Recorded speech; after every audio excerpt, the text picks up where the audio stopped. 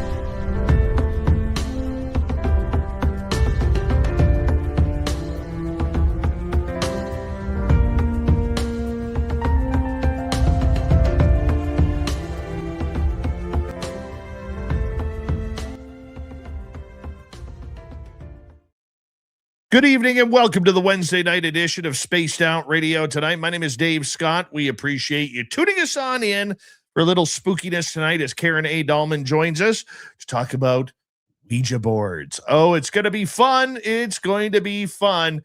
But first, we have to say hello to each and every one of you, including Kitty Cattywhack in the gold medal position, Race Fan with a silver, Eternity Eternal with a bronze medal tonight. So let's say hello to the rest of you now. We have Paula Fost, we have Race Fan, and we have Robert Lamoth. Thank you for joining us. Mel WD-40 is here lubing us up for tonight's show because you can't talk Ouija boards without being nice and lubed. So Mel is lubing up the board as we speak. Thank you, Mel. Don't forget to give yourself a little shot as well. You know what I'm talking about there. Road Flare, how you doing? Mama Catherine, there she is. Mwah. I love you, my dear.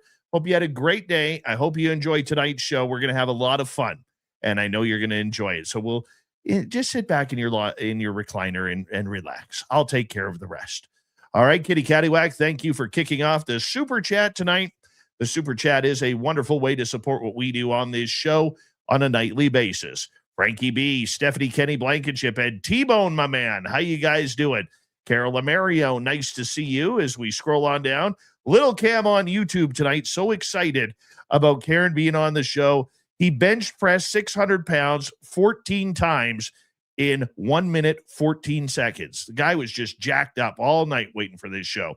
Kurt M., how you doing? Nice to have you here as we continue on with our roll call. Up next, well, let's scroll down. There's Luscious Jules. Thank you, Luscious Jules, for coming on in. Who's next here? Who is next? Jerence Carter is next. Jerence Carter will be signing autographs after the show. Line up to the left of the studio, if you don't mind, to the left of the studio. Good morning, Skip to Malou. How are you this morning? For you, the lovely and talented Dee Henderson has returned. We love it when she's here. Undead Jed, Candace Helfrish, and Werewolf. How you doing? Algaray over on Twitch. So excited for Karen on the show tonight. He did 1,300 possessed push-ups in 13 minutes, 13 seconds. Good job, Algaray. Way to go. Scrolling on down, once again, Undead Jed, Pam Harris, John Lambier, welcome to SOR Chat as we continue on with our roll call here. And John Lamb, how are you tonight, buddy? Cookie, how you doing? Welcome to SOR Chat. Thank you for joining us. East Coast Turnaround on X. Good to see you. Jason Finch is here. Jason Finch will be signing autographs after the show as well. Line up to the right of the studio, if you don't mind, to the right of the studio. Candace, thank you so much for that awesome super chat. Greatly appreciate your love and support of what we do here nightly. Scoos, how you doing, buddy? Nice to see you. Brent Von Owen, welcome to SOR Chat. Thank you for joining us. You're Dutch. And who else do we have here? We have, let's scroll on down. Anna Bowen, how are you? Nice to see you. Wando, nice to have you here. T-Bone, my man, thank you for that great super chat. We appreciate your love, buddy. Way to go, T-Bone. Way to go. his birthday hangover is going on right now. Gorgeous Kim Jellin, I hope you are brushing your teeth and keeping them flossed tonight. Hello and welcome to the radio and podcast side of Spaced Out Radio tonight. My name is Dave Scott. We're going to talk about the Ouija board. Karen A. Dahlman, she is a professional, and she is going to talk all about it tonight with us as we continue on with our roll call here as we say hello next to Fap Nuts. How you doing? As well as who is next on our list. It's Digi Addict. How you doing? And Divine Diamond, thank you for coming on in. Von Patrick, nice to see you. Benno from Oz, how you doing, buddy? Nice to have you here. Millennium, my man, another good Canadian kid. There he is. And we are caught up on the roll call. Once again, the super chat is open. You can shop at our Spaced Out Radio store. We do not have ugly swag, people. No ugly swag. So make sure you check it on out. Now, it's that time of the night where I love to ask each and every one of you just a small, small favor. Throw those horns up. Let's rock.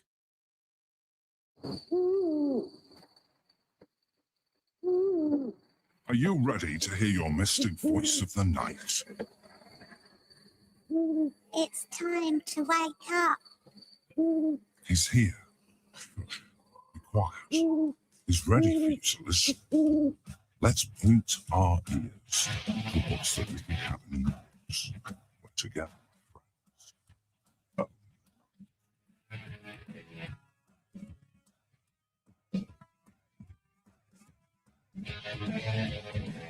It's time for Spaced Out Radio with Dave Scott. From the mountains of central British Columbia to you listening around the world, this, my friends, is Spaced Out Radio. I am your host, Dave Scott, sitting in the captain's chair of SOR headquarters. We welcome you to tonight's show on our terrestrial affiliates around North America, digitally on every major podcast network. Our website, spacedoutradio.com. We have a plethora of features for you. Rock out Bumblefoot, read the news wire, check out our swag as well. Follow us on X at Spaced Out Radio, Instagram at Spaced Out Radio Show, and on Patreon in the Space Travelers Club. Tonight's show is brought to you by Caribou Con. Join us in the heart of British Columbia, September 18th through 20th for Caribou Con 2026. Go to get your tickets at cariboucon.com.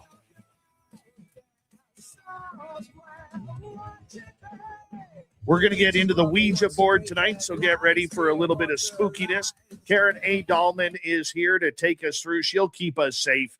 She always, always does. In hour number 3, Swamp Dweller will join us for another spooky story. Then Terry Hall will be in here for the weird news of the week. And trust me, there's some stupid news coming out of Canada. You're going to want to hear it. Karen A. Dahlman is an author, a paranormal researcher, licensed counselor, and spirit communicator. She serves as an officer and director of the Talking Board Historic Society. Born with the gifts of clairvoyance, clairaudience, and clairsentience, Karen communicates with sentient beings in the unseen dimensions and uses these gifts with her clients, providing spiritual readings and guidance. As a leading noted Ouija practitioner, yes, there is such a thing, Karen has been using the Ouija board since literally 1973 with astounding results.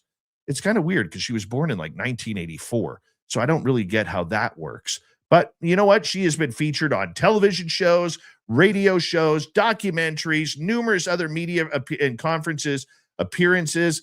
She shares messages from the positive side of the Ouija board as a tool for exploring the consciousness and our unknown. And we're going to bring her on right now. Karen A. Dahlman, it is always a pleasure to have you on Spaced Out Radio. How are you, my friend? I'm doing great, Dave. Thank you for having me. And I just, I love the roll call here. That is so much fun when I listen to the names. You guys are so creative. I love it. I always have fun on this show. We have a great time. And we've been doing this for many years now. I know. You know what we have to get back to? What's that? We have to get back to our Halloween special because the last 2 years you have not been able to do it. Right. You guys, that was so much fun. We do readings. We did live Ouija. Remember that? It was great. Yeah, we got to get back to that. That works for me. That's always fun. Absolutely. How you been? I've been good. I've been busy, very busy doing a lot of different things. I'm always doing something creative. I'm always writing books or releasing something new. So yeah, I've been busy. Good to Tell us see about you. your books. What? Tell us about your books. Well, you guys, I have 5 books now. I did write a children's book, but I wouldn't call it necessarily a real children's book. It's really for the young at heart. And I was on your show before talking about that book, and that's called When Cats Had Wings. But I've written other books about your intuition, developing that, and also how to use it when you do empathic, intuitive work, such as spirit communication, which we're going to talk about tonight, and channeling. Now, here's a fun story. My most recent book is called Stop Dating Red Flags. Now, that's a little different than stuff I write, people say to me, but the reality is it's all about intuition, whether you're willing to listen to it or not. If you don't listen to it, you get yourself into all kinds of troubles. Trust me on that. That is actually good advice. And you know what? Mhm. The intuition is something that we really have lost with humanity. Mhm. And it's funny you bring that up because a couple times this week already, I've been talking to people about using your intuition. Like when you're in the forest, like I go in the forest Yes. and all of a sudden you get that intuitive feeling something is watching you, and you turn and look and there's a squirrel on a tree branch or a rabbit on the ground or a deer or a bear or something along those lines. Like we do know. We just have forgotten to communicate with that part of our spiritual self, haven't we? And let's take it a step further. And you're so accurate with that. We've also chosen to write it off. Oh, I can't really be feeling this. I can't really know that.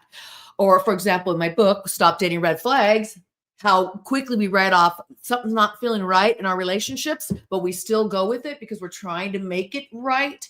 So therefore, we ignore what we already know and we feel it. And here it is, Dave. We feel it in our bodies first. Talking about walking through the forest and feeling something, you feel it. You get this visceral sensation and you go, there's somebody watching or something there. And you turn and you notice it was a squirrel. It could be something else sometimes too, but we've all had that experience. When we feel it first, you're like, something's not right here, or this feels really good, or I feel off. You guys trust that, number one, because we're going to talk about that tonight. If you want to do your own intuitive work, and I'm not just talking about using the Ouija board, because what I'm going to talk about is also going to be how it applies to your life, just to be more in touch with that right there. When you feel something, to act on it and to notice it and to acknowledge it and learn from it. Why do we fear it? Why do we fear I that think, connection? yeah, I think we fear the unknown because it's like we say, we're that powerful to do that. We're that powerful to feel something that outside of what we think is our normal, our fingers have to touch it, that kind of sensation, as opposed to this other sense. So now we're talking more about the clairsentience of feeling and knowing, or clair knowing, like something's there. And that seems scary because we're also not taught a whole lot about using those other faculties, which are the clairsenses, which are these things where you just feel it or you know it or you see it intuitively or in your mind's eye. That's scary to a lot of people because we haven't learned how to use it and we don't even know how to trust it. When did we lose that trust as humanity? Well, I think it's been gradual. I mean, if you go back to some of the ancient cultures, they did talk about having that connection more with the seasons, the cycles, the cosmos. And when you're in tune with the environment like that, you're a little more animal instinct, you want to call that. You're a little more in touch with what's going on around you. You have to be for survival reasons. So all of a sudden, we put material things in between that, and now we live in these homes. Our feet don't really touch the earth, and we're busy. We're doing this. We're taught certain things in school, and it makes us be out of touch with some of these other faculties we're discussing. And that's scary. It's also taboo often to do these things. For example, and I think many of you here in the audience, and by the way, I'm watching the comments here. I just can't seem to log in tonight, but I'm watching. So I will take your questions too. But I think when we're young, we're taught to not do those things. And I know we've spoken about this before, and I write about it in my Spirit of Alchemy book, where I had what you people would call an imaginary playmate. Well, it wasn't imaginary. I actually had a spirit being when I was a child that I spoke to from about the age of 2. Well, I knew he was there up to about the age of 5 when I went to kindergarten. And my parents told me, don't do that. They're going to think you're crazy. They're going to call you crazy Karen if you go to school and you're talking to something others can't see. Well, I said, you mean you can't see my friend Dacky? That was his name. She goes, no, and you need to stop that. So often we're told to not trust those things. Now, my parents were right. They did the best thing for me to give me an opportunity to go to school and not be called crazy. But I wish they would have said, you know what, let's develop this at home. So I had to do all this in a vacuum, really. I had to do all this development of my own in the vacuum. But you guys know what I'm talking about. You probably had experiences when you were young. Maybe try to tell your parents or some adult about them, and you were probably poo-pooed or just told, oh, it's just a bad dream. Go back to bed. Especially me in the 70s. You didn't talk about these things. You just didn't talk about them. So I think that's really hurt a lot of us in regards to developing and using these abilities that we have. The Ouija board in the 16, 17, 1800s, and even into the 1900s, okay, up until what it was around 1937 or somewhere around there, where all of a sudden the church said boards were bad, stop using them. You're connecting with the devil and all of that. But up until previous to that, seances were very popular. Communicating with loved ones on the other side was something that everybody did. And it was a part of their healing and part of their understanding that of religious faith, that life goes on once your physical body dies. And how did we get away from that? Yeah. So since the beginning of humanity, humans always have tried to acknowledge and understand what happens or death, and it was so prevalent. You can go way back. If you lived to be 30 or 40, you were an old man and you should be dead. You didn't have the longevity, and it was survival again. And so if you go way back, there was always a respect again for the cycles and seasons. So we were very much in touch with death. Was such a part of the life experience of your family. So you had relics and you had bones and you kept them, or you had special ceremonies to honor the dead or whatever. We did it many different ways.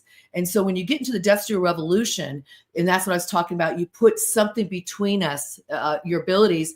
It's that man-made thing. And I'm not saying that's bad. I'm just saying we kind of move beyond that. Now all of a sudden we have technology, we have science in that, or religion, and that's the answer to everything. And you cannot do it yourself. You're right. So a lot of times religion said that to you, and a lot of religions still do to this day. Science says it's all poo-poo too, and it's just it's bunk. But what happened? So the Ouija board actually came out about 1886. We know this because historical facts talk about there was this great movement in the spiritualist communities of starting to use this device where they would write out letters and numbers on cutting boards, on tabletops, and use pointing devices to point to the letters. And they would stop when they felt the need to stop, and they would get messages. And this started happening about 1880 in Ohio. So what happened was you start to see people taking the ability in these different contraptions and tools. And there's many more before that. Okay. We can go back to like 1848 when you start with the Fox sisters. I'm jumping ahead, good 40 years. And people started taking these different contraptions and finding ways to have that connection. Now you got to think back in the year. So we had the Civil War in the United States. So I'm going to do the history of the United States. You can pop in with your Canadian history. And the Ouija board did come out in Canada about, it was a few years later, they got the rights to also make the board. But so we had a lot of death, especially with the Civil War. And then you move into the early 1900s and we have the World War II, World War I, World War II. You have all this death going on. And people didn't have an easy way to express that. People, their loved ones were dying, mass carnage, especially the Civil War we had. And so the spiritualist movement was right there at the right time to help people honor their relatives. And, back then they had, the dead suppers. They had, they would honor the dead by taking pictures of them, with their children. And that's the family. They took the last picture when they were together. They honored it. It was dying was so common in terms of, again, you didn't live very long, or a lot of women and children died at birth or right after. And you had a lot of diseases too. So you stay in touch more with the whole process of grief and death as you talk about it and work with it through these different ways of managing it. But the Ouija board became kind of a lifeline to the other dimensions, and it became a quicker way.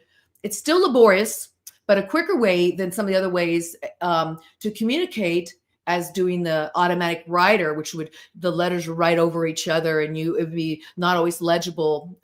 So when you pair that as a planchette with the board, now you can start getting the succinct letters and numbers. Yes, it may take time and be laborious, but now you could do it yourself. So you had the parlors of yesteryear where a lot of people did have this contraption, this device in their homes, because now they could do their own seances. They could do their own connection instead of paying a lot of money to go to these spiritualist places, and people would do a lot of rip-off stuff. It was a lot of, fakery, trickery. And you can see all the debunking that happened back in the late 1800s and early 1900s. Even with the Fox sisters, there was a lot of debunking. So you can see that gradual movement. And when the Ouija board came on, and it was sold everywhere, you guys, it was all over the place, especially on the East Coast in Baltimore. It was sold in Chicago. I mean, these manufacturing plants popped up all over the place. That's how popular it was. And then other groups that were excited about the board started creating them themselves under different names. They weren't Ouija. We'll talk about why it's a Ouija. And I'm going to test your memory, Dave, in a second. Remind me about that. We're going to have a pop quiz for Dave, you guys. It'll be fun. Oh my. Yeah, he's going to love this. So other groups started coming out, creating their own form of a talking board, Ouija board kind of thing, because they saw how popular it was. I mean, these things were mass produced. It was crazy. Now, Dave, here we go. Pop quiz for Dave. All right. What's the difference between a Ouija board and a talking board? Oh, one is owned by Parker Brothers, and they have the legal right to the name. You remember, very good. So who has it now is Hasbro. Hasbro owns the word Ouija, and it was patent and trademark under that name. Now we tend to call old boards Ouija boards because it's like calling it all tissue Kleenex. We've gotten so used to the name. That's how popular Ouija is. It's like Kleenex. That's how popular the word is. But here we go. The umbrella term is talking board or spirit board. So old boards are talking boards or spirit boards, but not all boards are Ouija boards. Oh my. This is why is this such a controversial subject? Gosh, you guys, your audience can answer this. I mean, there's such mixed messages and misconceptions, and we like to call it Ouija-sticians out there about this tool and this device. There's a lot of myths. Yeah, let's just call it that, mythology surrounding this tool, because it is a mysterious item. I mean, how can you use a piece of cardboard now, or back then wood? And I have a really beautiful wood one back here with the planks, 4 planks, and the slats behind it. That's an 1892 board, the red one. How could that give you something from another dimension? It must be fake. It must not really work. Or it could be the ideomotor, your fine muscle movements controlling the movements of the planchette, which I'm okay, subconscious mind coming through. But so it has such a mysterious nature about it. So we make up our stories to understand it. Isn't that what we do? When we don't understand something, we make up stories. What are some of your favorite made up stories about the board? Don't use it alone. Never use it in a graveyard. Never ask when you're going to die. I mean, there's so many Ouija-sticians out there. They're actually pretty funny. Now, I will tell you this. I've done them all. Everything you're not supposed to do, they say not to do. I started at the age of 8. So, I was doing the Ouija board in the vacuum. There was no social media, obviously. Nobody to learn from how to use this tool. I just started using it. And it worked for me right away. So I took it seriously for that reason. So I really had great results for that reason. But I did try a lot of things. They say not to do, because gosh, if you're a kid and you're told not to do something, you're probably going to try to do it, So I think it's important too to push the boundaries of this device when, maybe you're more of an adult and you understand what you're trying to do here. Because I got to tell you, you really can have incredible results with it. And we'll get into that tonight. And then people tell me their stories. And I think you can have negative results with a lot of things you do, a lot of different devices or tools you might use. including a car or a gun. Just saying. Yeah. Why not? Does a car or a gun just happen to be in that conversation? You know, Yeah, you got to throw it in there because it's all tools we use. Well, not everybody uses a gun, but we use tools of the car, right? Most of us have a car, or we have driven a car, and we have to use it, in the right manner. And there's some rules of engagement and ways to drive it that are going to be healthy to you and to other people on the road. So I think of the Ouija board as just a tool. And here's something my caveat of the evening. If you learn one thing tonight from me, it's that I want to say the board does nothing. You're gonna go, well then how do you do this? It's me. I'm channeling. That becomes my device, my theatrics, the way I show you the messages I get. Is it really moving? Yes, it's pulling my fingers and I follow it. Am I really getting messages? Yes. But it's the way I channel. Because what I've done more recently, Dave, and it wasn't until I was 39 years into using this tool. I've been using it now 53 years. But 39 years into the tool, I never used it by myself. Because on the back of the box, it said, preferably use it with a partner, male, female preferred. Now, this board right here is the circa 1972 board. It is the board I got from Santa Claus. That is my original board right there. And I still use it to this day. But it said, preferably use it with two people. And so as I started exploring further, I said, why don't I use it by myself? And sure enough, I can. For me, I like using it with another person because you've seen like my board partner and I use it before and how good it works. I feel like I get more verbose conversations than I do by myself. It's easier for me to allow the flow. Now, having said that, you guys, I work off the board now. I work off the board. I've been doing that for, maybe a good decade plus. And my readings now are not on the board anymore. They're off the board. I just channel directly through the same energy and messages I might receive at the board. Now I'm doing it this way. It's just a lot quicker. And you'll find a lot of people, it just took me, 45 years before I decided to get off the board and do it that way. You will find a lot of people out there who have been using this tool as long as I have, that they tend to get off it and channel directly. Here's an example. Have many of you heard of Jane Roberts with the Seth material?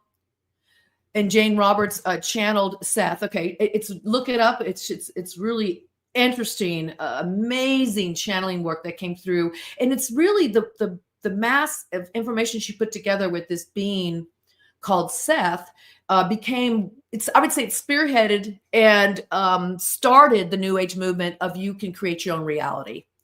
So there's a lot of work out there between Jane Roberts channeling this entity named Seth. She worked on the board for 3 months. This is back in the 60s. 60s, 70s, 60s. And she channeled him for 3 months. And he said, now I want you to put the board away and I'm going to speak to you directly. And she did what you call transmediumship, where she would check out, meaning she wasn't present with the messages. He would just speak directly through and use her voice box. That's not what I do.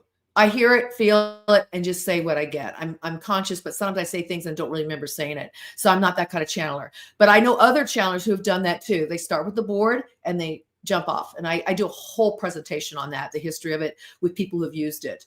But it's definitely an enlightening tool. It can be. And it can be used in ways where you can learn to tap into your highest self. I love to do my higher self. I do it all the time. Or your greatest self. So you start pulling out information from yourself, which is like your wise wisdom. Isn't that great to you be your own best friend and let your wisdom come out? You didn't even know you had within you. Well, we all have that. And so it's learning to tap into that greater part of you, which I even call my soul self, which is that part of you that continues on life after life after life or into other dimensions. And we can talk about reincarnation too. So to me, it's been amazing. I mean, mind-blowing and just incredible work I've done with Karen, I'm going to get you to hold on right there. We're already at our first break of this show. KarenADahlman.com is the website. You can find her books on Amazon. She is one of the best practitioners of the Ouija board. We're going to continue the myths, the stories, the legends, and the reality of talking boards next on Spaced Out Radio.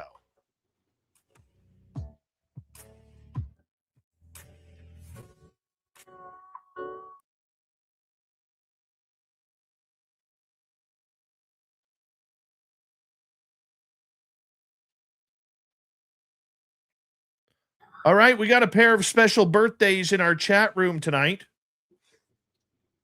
Apparently, it's Forrest Louis' birthday. Happy birthday to you. Happy birthday to you. Happy birthday, Forrest Louis.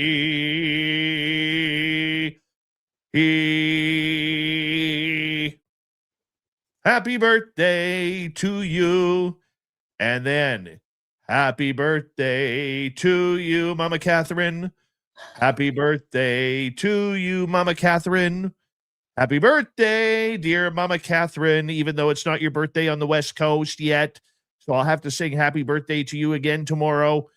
Happy birthday to you. There we go. Now I feel better.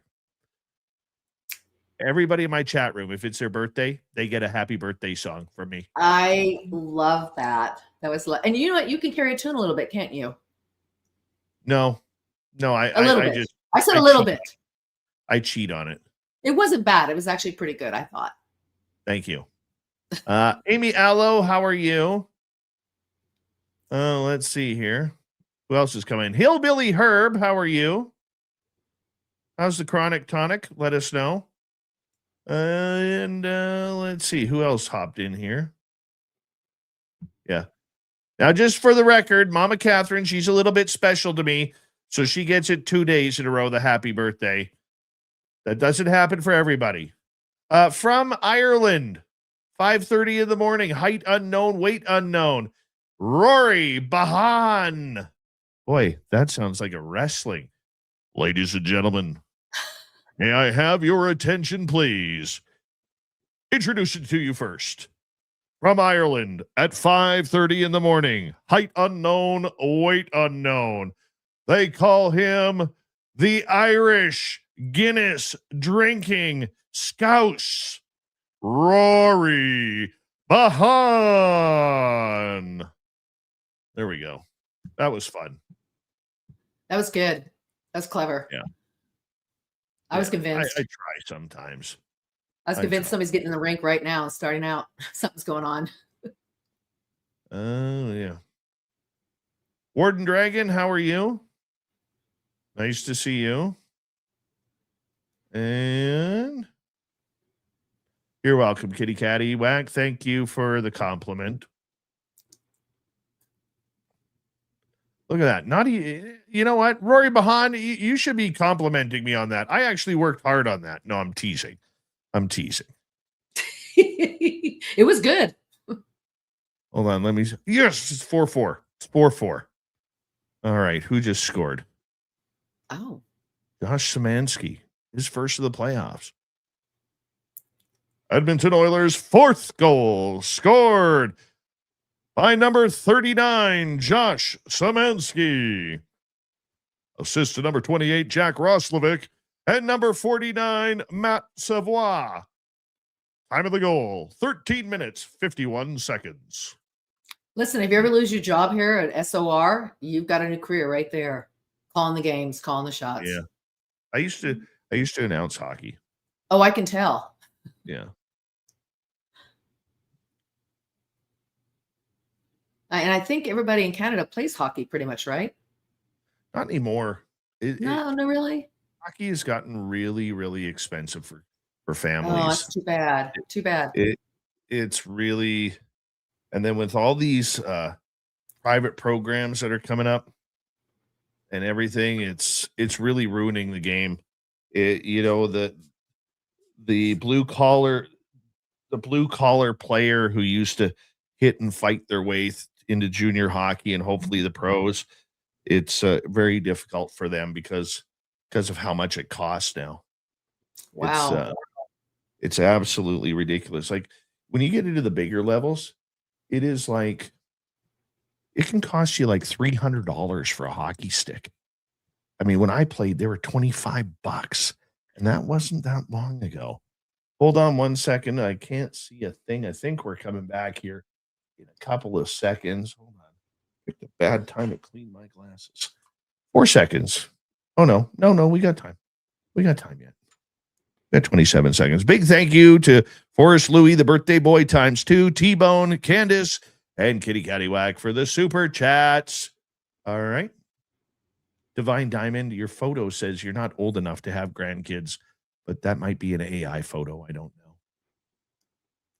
know. Here we go, Karen. All Coming right. back in 3 seconds. Good. Your hair looks great. Oh, thank you.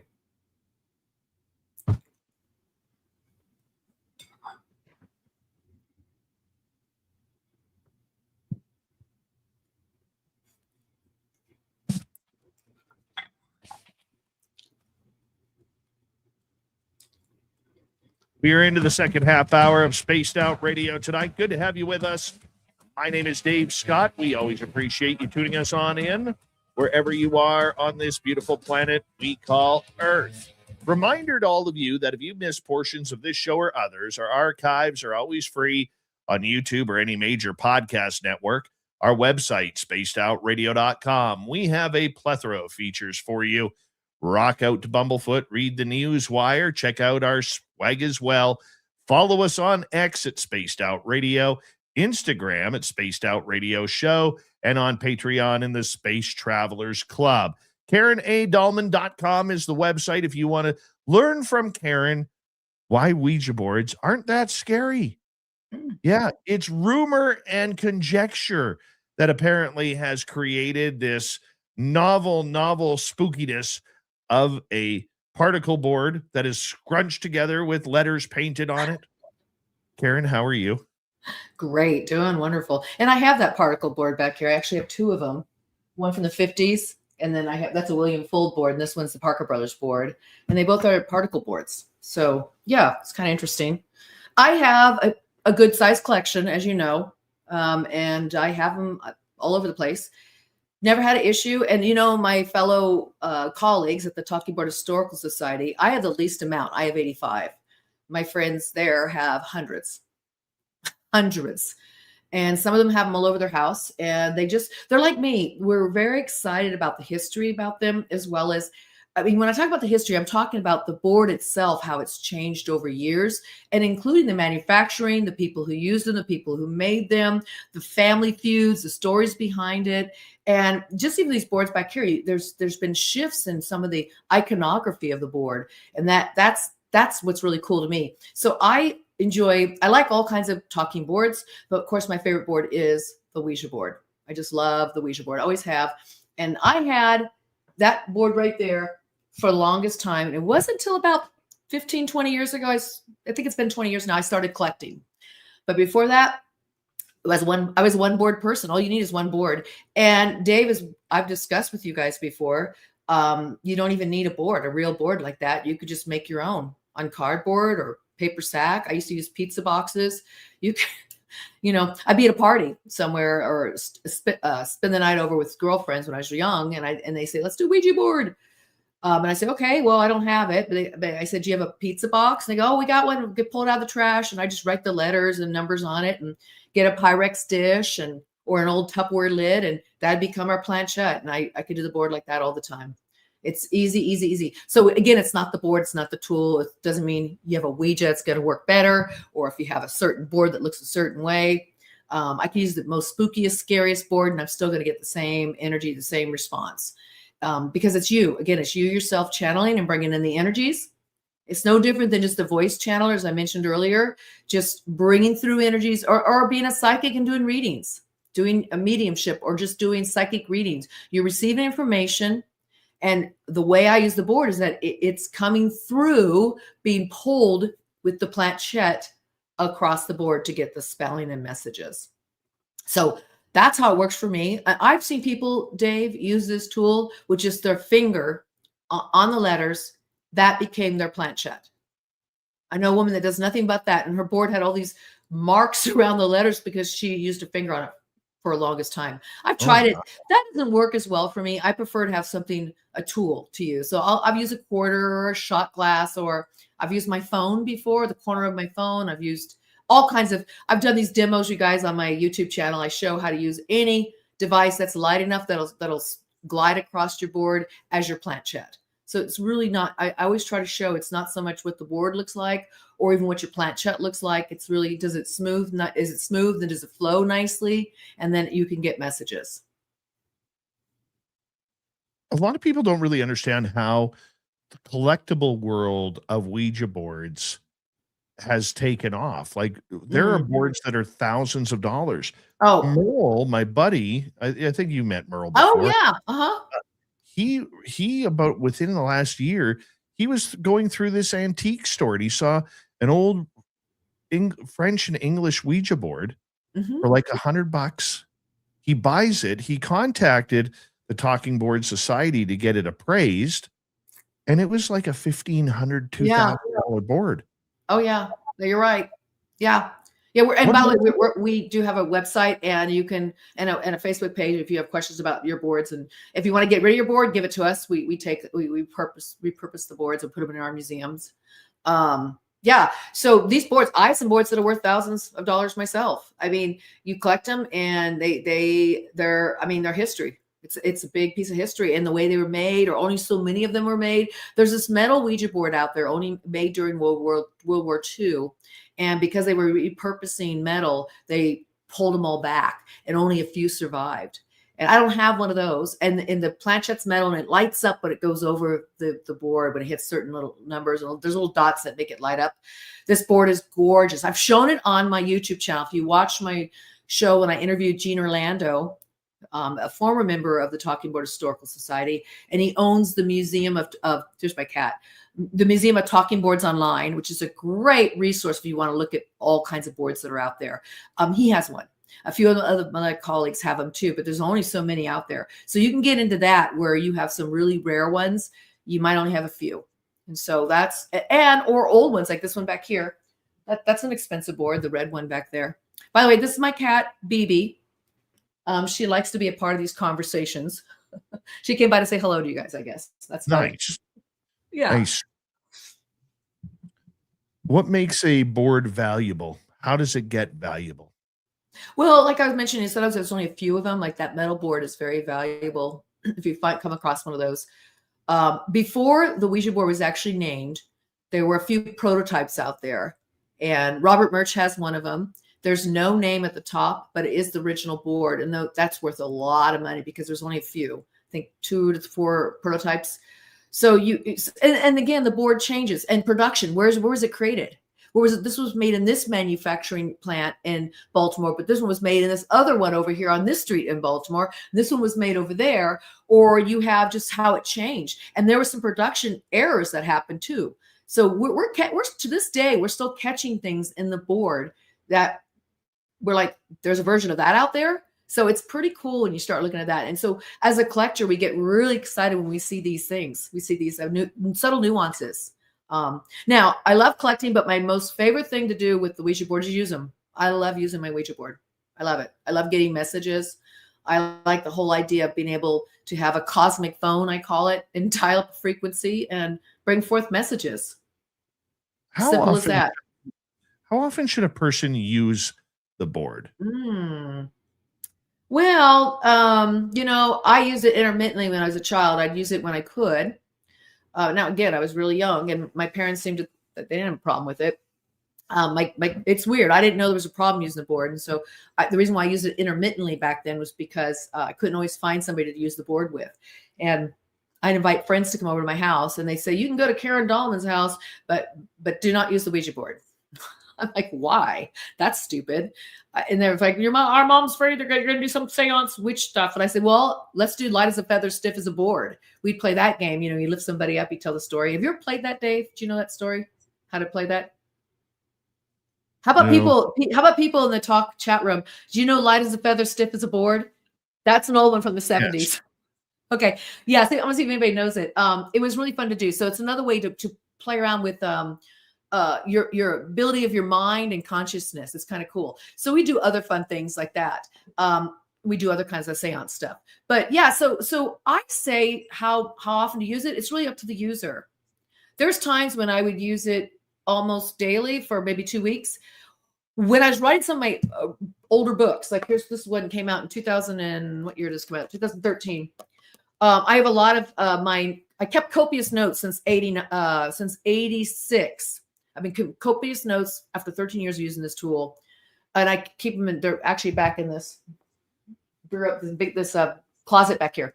I have stacks of all the notes and records of them. So when I write my books, I keep all that and I put the information here. But I use the board more when I'm writing some of my books, because a lot of my information in my books do come from channeled messages.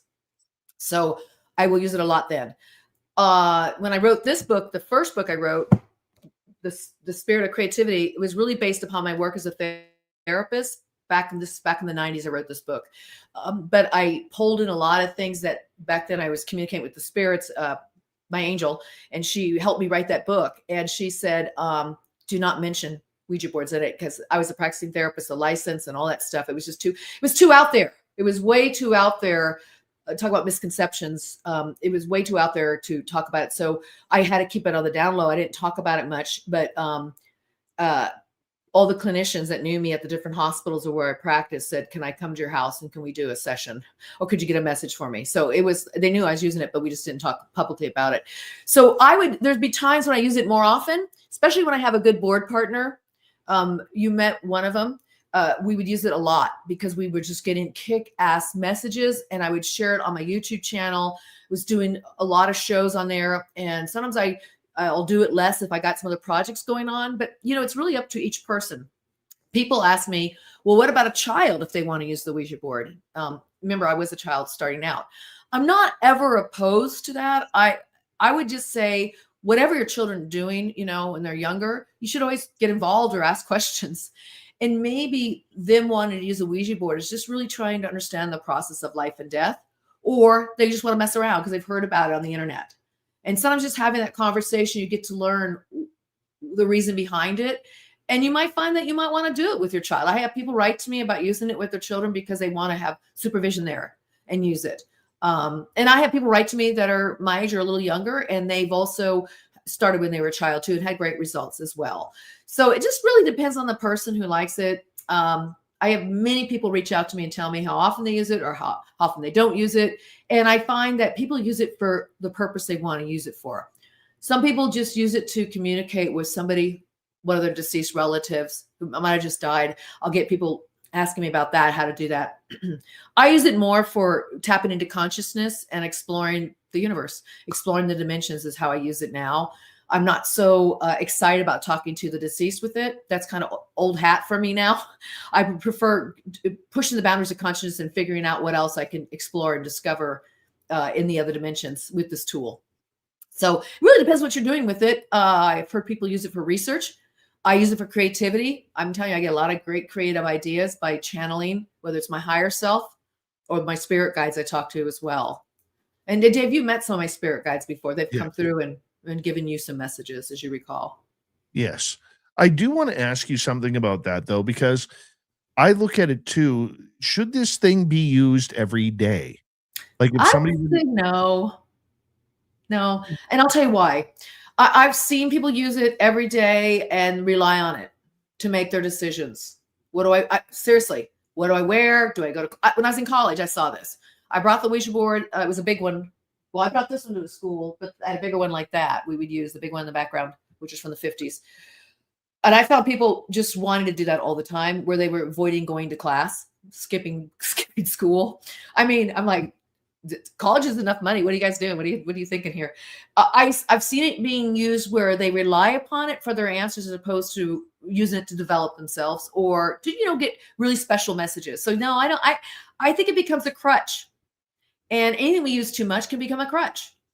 We're not relying on ourselves to evolve and develop. And I'm telling you, you can do this without this tool, and then you get to develop some of your other faculties. Having said that, using the tool a lot when I was younger, when I say a lot, I might go, like I said, a period of a few weeks, then not use it for a month or two, then get back into it, or depending on what I was working on. I found as I used this tool, I began to rely even more on my intuition as I developed my skills of channeling. And then I started working with the clairsenses more and more off the board for those reasons. But I saw this gradual growth of those, and I talk about this in my books, growth of those abilities, those capacities within myself that are inherent in all of us. that intuition we talked about when you walk through the forest and a squirrel's looking at you over here and you feel it. That's in all of us, that instinctual inherent feeling of being able to sense something. And so I found myself developing all those skills even more. So I came into the world doing this automatically, not knowing what I was doing, like when I would see things or have communications. And then I put it away. My parents said, stop that. And I tried to get away from it. Although my Ouija board, I'd still use it was my lifeline, but I wouldn't allow the other things to come to me. And when I started using the board, then I was able to start opening up again and get back to full circle where I was as a child, to be able to see and witness and hear and sense things. And I'm getting better at trusting that more and more. I really work on trusting my intuition. And I do teach courses on how to do this and stuff, because I think it's so important, not just with the board, but like I said, in life, to learn to trust yourself more with your intuition. It's like a psychic reading that they say, you get a lot of these people where there's a lot of podcasts and YouTube channels where you get people literally who will be jumping video show to live video show trying to get their questions answered. Is that people doing it out of desperation, or is it reliance?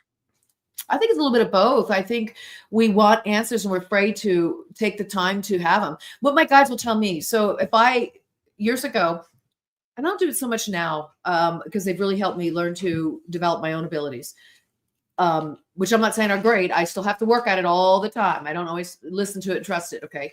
But what I would ask them questions, they say, you know what? Life's not worth living if you have all the answers. They say, we're not here to interject or tell you what to do. We're here to be your cheerleaders on the sideline. We will give you some ideas and insight, but they won't just come out and give you, that's the answer. Go play lottery. Here's your numbers. They say, now, if you want to get the numbers yourself, which I did, I think I've told you this before, I actually remembered the lottery numbers from a dream. I got all of them right, but the last one, I did win a little bit of money. Wasn't a lot, but it was back in Texas in the very beginning when they first had the lottery come out. We're talking early 90s. I think it was 90, 91, might have been 89, 90, but I did win. I remember the numbers from my dream. So the board will give it to me. The board doesn't make my life easier on that level, but what it does, it allows me to be more in touch with my higher self, where then I can make better decisions, or to look at things from a different perspective, where life can be a little smoother at times when things are hard. Everybody last year, 2025, it was a hard year for everybody. Everybody's talking about this. It was hard for everybody. It's hard for the world. And so I think, there's people that will jump, like you said, show to show or psychic to psychic to try to get answers. Because, there's a lot of upsets right now in people's lives. And there have been for a while, kind of around COVID time and on. And it's, it's still there. And so we're looking for answers. And so it's a little desperation, a little reliance. But no matter who you go to, a psychic or medium or Ouija board or whatever, you're never going to get the full clear picture.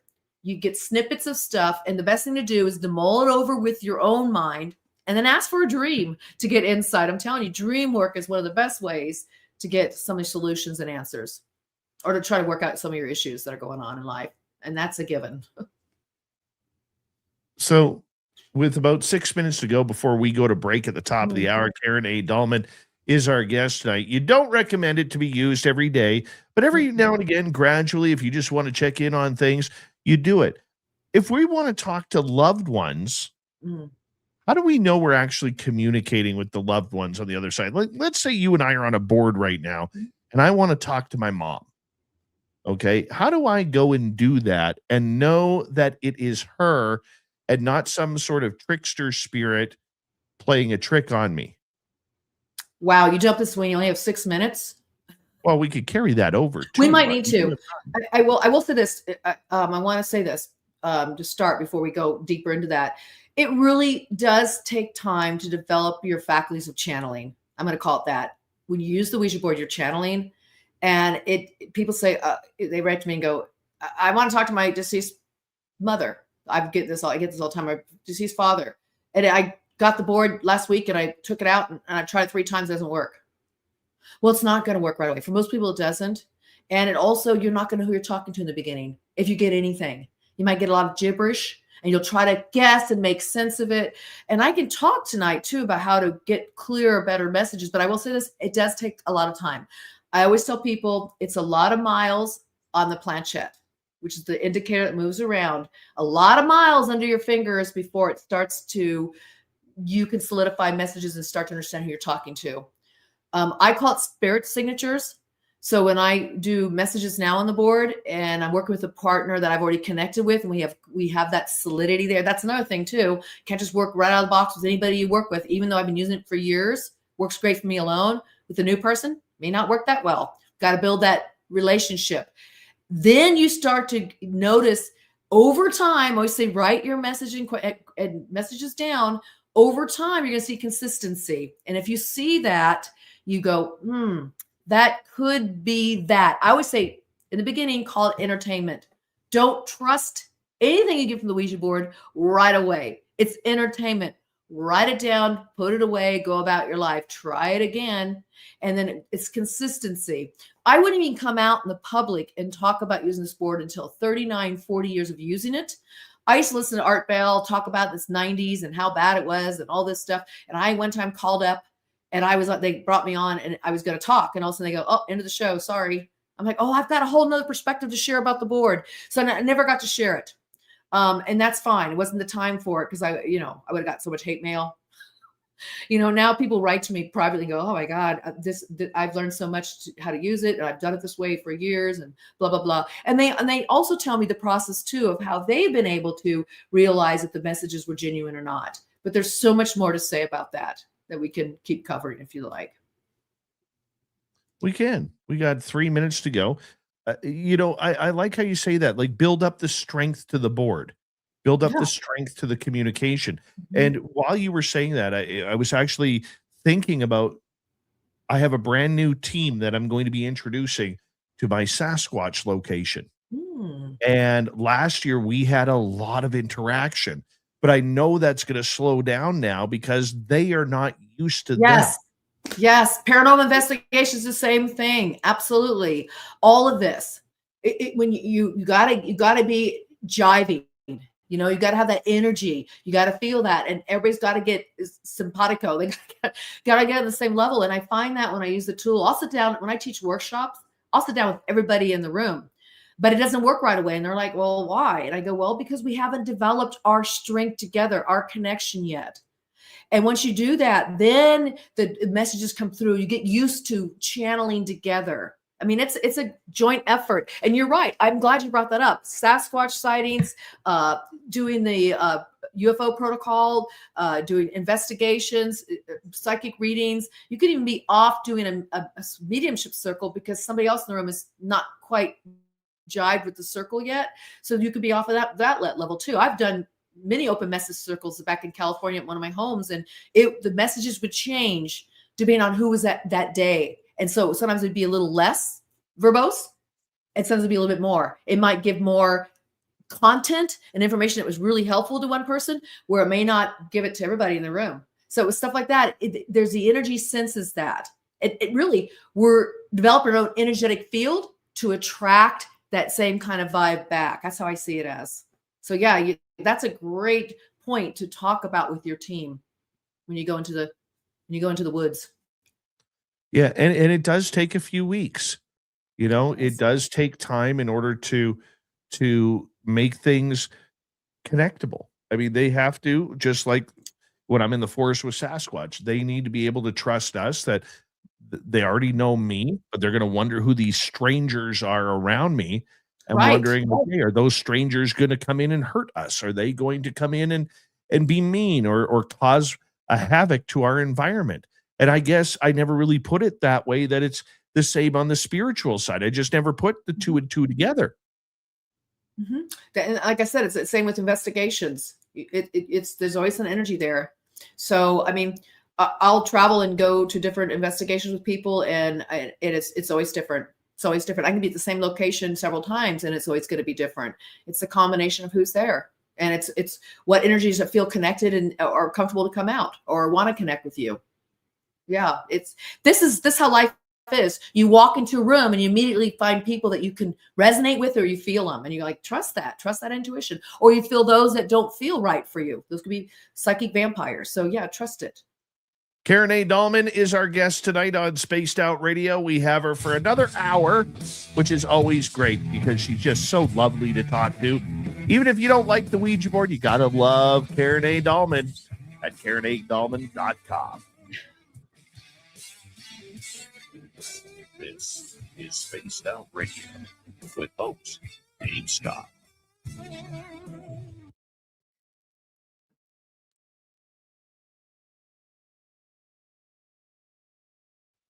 All right, Karen, we have about 5.5 minutes. I'm going to put you in the green room and we'll be right back, okay? Perfect. That'd be perfect for me. Thank you. All right, here we go.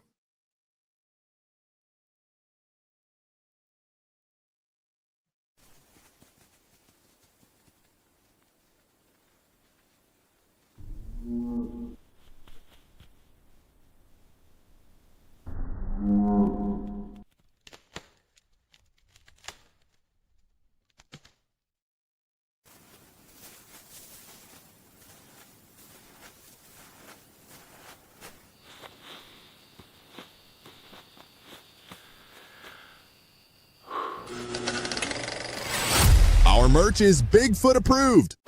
We have t-shirts, we have mugs, we have hoodies, we have socks, we have hats, we have stickers, and so much more. Whatever you're looking for, we have you covered. Why just be a fan of the paranormal when you can buy Spaced Out Radio merch and look the part? Our merch ain't ugly, folks. Check out the Spaced Out Radio store. Find the link in the description below.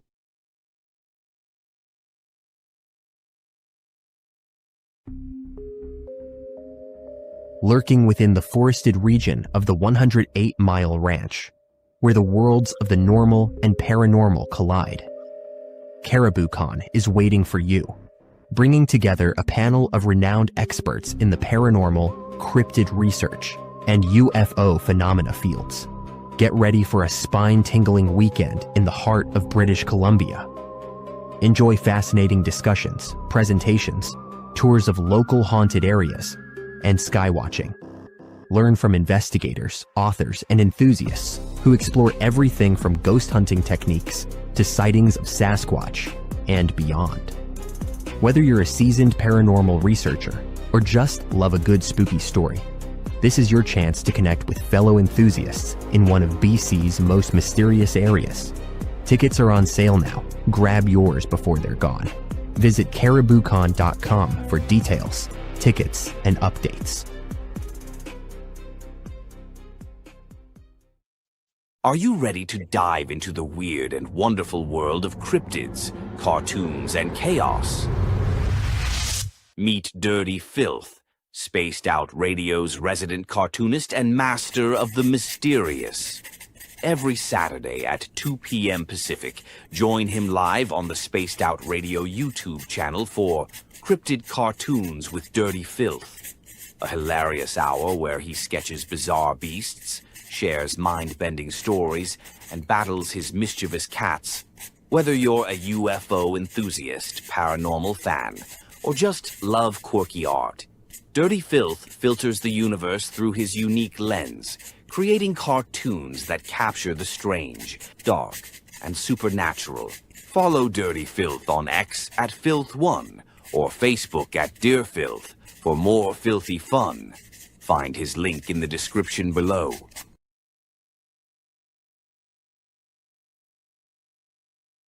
Spaced Out Radio wants to hear from you. We love our community, and your voice truly matters. Drop a comment after every show and let us know what you thought. Agree with our guests? Tell us why. Disagree? We want to hear that too. We read every single comment. Jump into the live chat during the broadcast and be part of the conversation in real time. Got a killer topic idea? Your suggestions help shape the show. And if you want to take it even further, join our Patreon for bonus content and direct feedback opportunities with Dave and the team.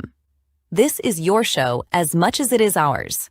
Whether you're a longtime listener or brand new, we want your thoughts, your questions, and your ideas. And let's keep building this incredible community together. Spaced Out Radio, where the conversation never ends. What are you waiting for? We're listening.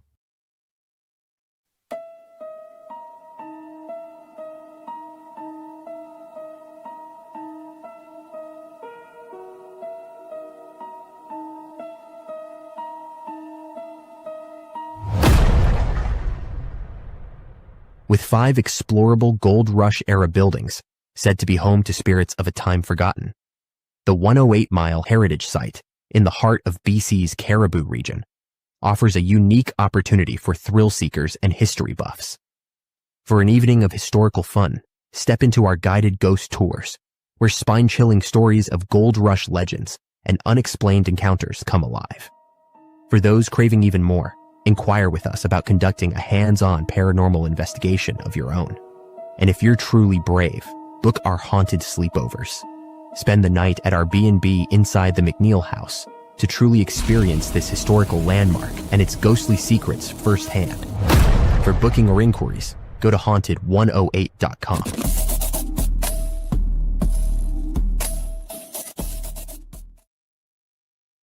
Big thank you tonight to our super chatters. We have Kitty Caddywhack, we have Candace, we have T-Bone, and birthday boy Forrest Louie with a hat trick. Thank you very much. Marcel Harding, welcome to SOR Chat. Thank you for joining us tonight. Don't forget, if you're new, hit subscribe, ring that bell. We're here Monday through Friday, 9 p.m. Pacific, midnight Eastern, for 3 hours each night. So take advantage of it. It's free and it's fun, and I don't really want much in return except for you to hit subscribe and watch and say hello in our chat room every now and again. We're coming back in 5 seconds with Karen, and here we go.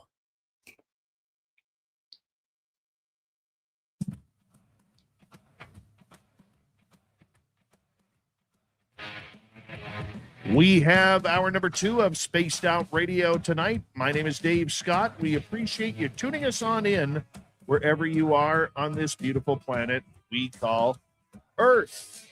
Hello to everyone listening in on our terrestrial affiliates around North America, digitally on every major podcast network, our website, spacedoutradio.com. We have a plethora of features for you. Rock out to Bumblefoot, read the news wire, check out our swag as well. You can follow us on X at Spaced Out Radio, Instagram at Spaced Out Radio Show, and on Patreon in the Space Travelers Club. The Desert Clam has set the password for tonight in the SOR Space Travelers Club, and it is Obnixily. Obnixily is your password. Use it wisely, Space Travelers, as the Clam sets the password each and every night right here on Spaced Out Radio. Now we bring in Karen A. Dahlman. She is one of the premier world's leaders in knowledge of spirit boards, talking boards, the Ouija board. Her website, Karen A. Dahlman, Dahlman with an H, DAHLMAN.com, KarenADahlman.com. You can find her books on Amazon. Karen, you're everywhere, and we love you for it. Thank you. Thank you. You know who I missed tonight? I missed Dirty Filth a lot. I know. I was so bummed he wasn't going to be here. I was like, I would have picked another night to be here. I know. I've been razzing him a little bit because he's, I guess I could say it, Dirty Filth and his wife just bought their first home. He told me to. Mm-hmm. So they are in the process of moving and getting everything unpacked. And it's a real exciting time for him right now. And, you know, he wants to make everything perfect and set everything up perfectly before he ends up making his return back to our airwaves. So for people in Radioland who don't know who Dirty Filth is, on our YouTube side, Dirty Filth is an incredibly talented cartoonist. And he'll come in during the show and he'll sit there quietly. You'll never know he's here unless you're watching on YouTube. And he will actually draw a cartoon of some sort. And at the end of hour number 1, when we're on commercial break, he'll show it off to the audience. And he is absolutely so talented and one of the nicest individuals you could ever meet. And and a lot of people actually don't know this, Karen, but he's the one who books my guests for the show. Well, I know it now. And I remember the very first time, just years ago, when he was doing the drawings and I came on and he drew this really cute Ouija board thing with aliens and cats, because I was talking about cats and stuff. It was just incredible. He won my heart at that point. And I love to be on the show when he's drawing. You know, that's one of the things I say. They book these shows out months, you guys. So I think we booked a month or 2 ago. It's been a while since we booked. And so I knew he was booking now. So it's great.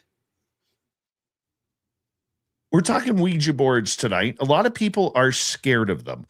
A lot of people have that fear of the messages that come through. Right before the break, we were talking about how do we know if it's mom or grandpa or Aunt Mabel or whoever else that we love that is there. Should we, when we introduce ourselves to a Ouija board and we start using it, how long should it take before we should actually start connecting with people that we know and love on the other side? Okay, that's a lot, because I'm thinking there's so many ways to go with this. So okay, let's go there, and I'm gonna have to probably backtrack a little bit as I answer this question for you. So there's a lot of people out there that will say you need to wait a certain period of time when somebody dies before you communicate with them. Is that what you're talking about, Dave? Yes. Okay. I don't follow those rules. I let the individual come to me if they choose to communicate with me. You can't force somebody to communicate with you. Doesn't matter in this dimension or in another dimension. They're going to choose to come. So you know Rosemary Ellen Guiley. I think she's been on your show years ago. Yes.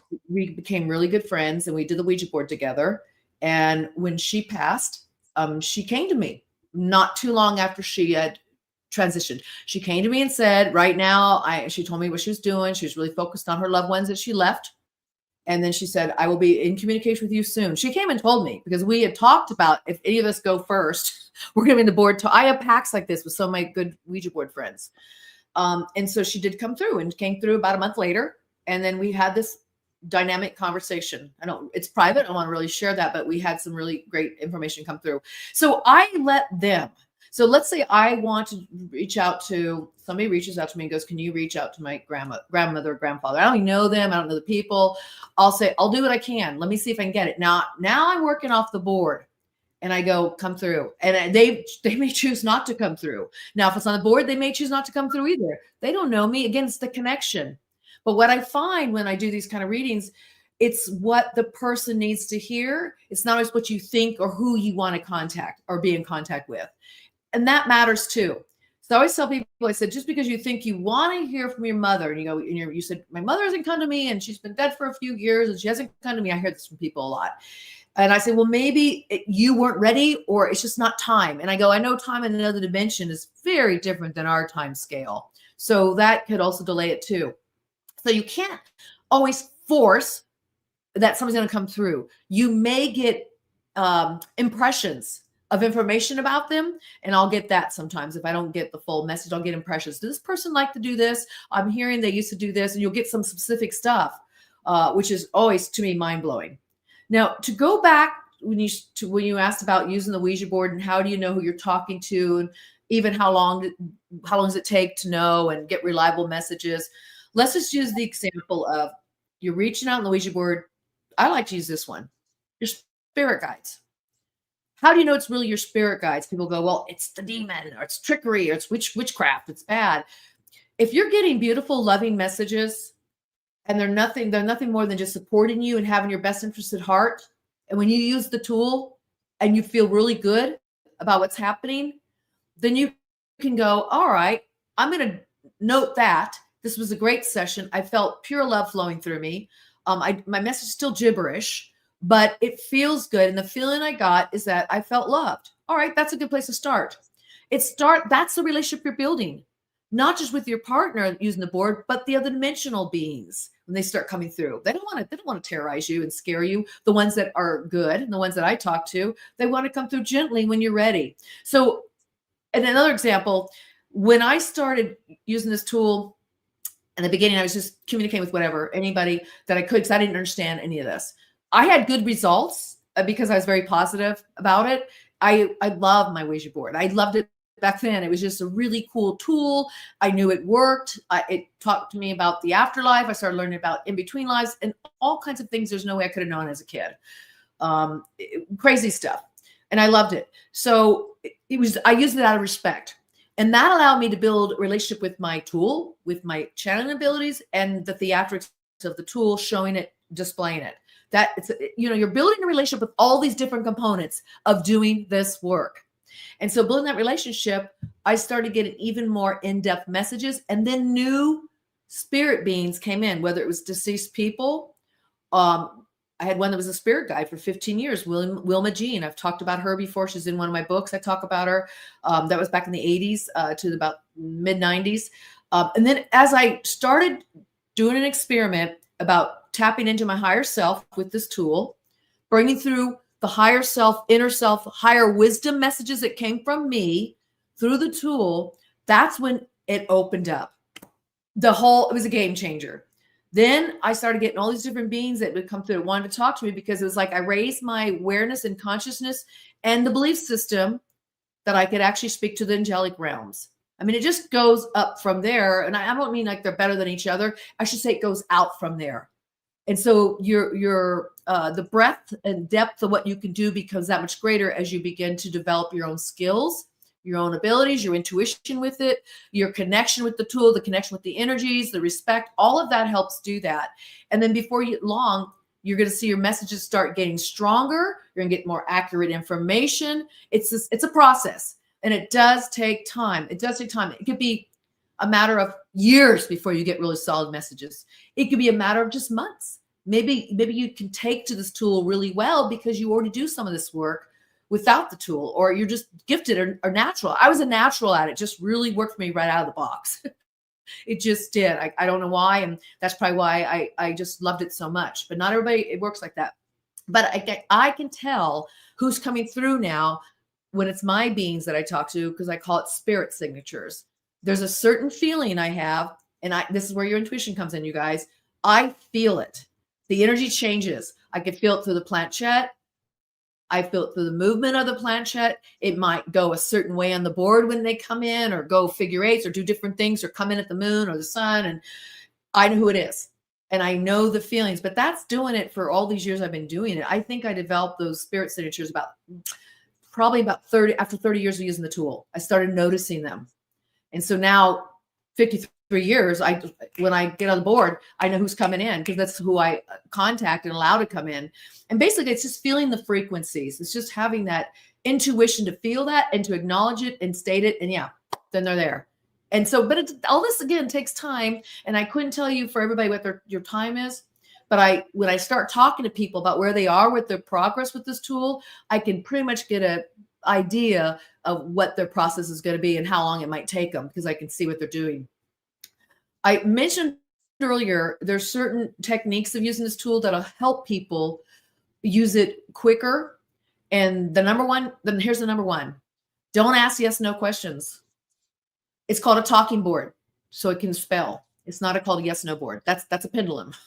Pendulums are more, back and forth, yes, no, that kind of thing. Dualism. This is really about learning to talk and to spell. So what you want to do is ask open-ended questions. And open-ended questions becomes an engagement where you don't just guess what they're saying. You let them spell it out. If you don't understand, you don't go, oh, did you mean this? Did you mean that? Oh my God. No, you go, repeat it. I need clarification. Then you get it spelled again. So you do that. After a while, the spelling gets really good, and then you don't have to worry about yes, no. You watch me use the board, and you go to my YouTube channel when I do some of my sessions. I ask yes, no for clarification only. Everything else, I let it spell. And I don't guess, because I might say they're spelling a word, and the word was L-O-O-K, but I stopped there and said, oh, look, but it's going to be L-O-K-I-N-G, which becomes a verb now. It's something else than the word look. So you'll see me not even guess the words. I've learned to check out when I do that, to just allow it to flow through. It's a process I developed over the years because I want it to be a talking board. And I let that be the channeling device I'm using in that moment, as opposed to jumping off it. If I'm jumping off it, I'm doing something different. If I'm on the board, I let it be just the board doing the work. Does that make sense, Dave, what I'm saying? I think it does. I totally believe You've seen me work before. You've seen this stuff. Yes, you're pretty darn good with it. But that is Pretty years quick. and years of practice. Oh, of yeah, you of course. getting to that point. Oh, absolutely. I didn't get these strong messages until about probably 13 years of using it. I started at age of 8. I don't think I understood the nature of what I was doing fully until about graduate school. So 86, I was in college and then went to graduate school. Those were the years that I really took off with this tool, because I started to understand how to be real serious with it. how to set up my own intentions around it, as well as a ritual around it, meaning how I was going to use it and stick with that system. I created a system around it. And this system allowed me to do something consistently each time that allowed me to get great results and to build from those same results. So it's consistency, I think, with it too. What if you do get a trickster spirit? How do you deal with it? Okay, so so everybody goes, did you get something bad ever? And I go, well, not really. One time, this is my only weird experience that was like, what is this? It was in 1986, and I was using the board with my brother, and it was coming through. We're getting some stuff, and it was really interesting. And this before I really got into spirit guides. This is at the edge where things were starting to shift for me and using this tool.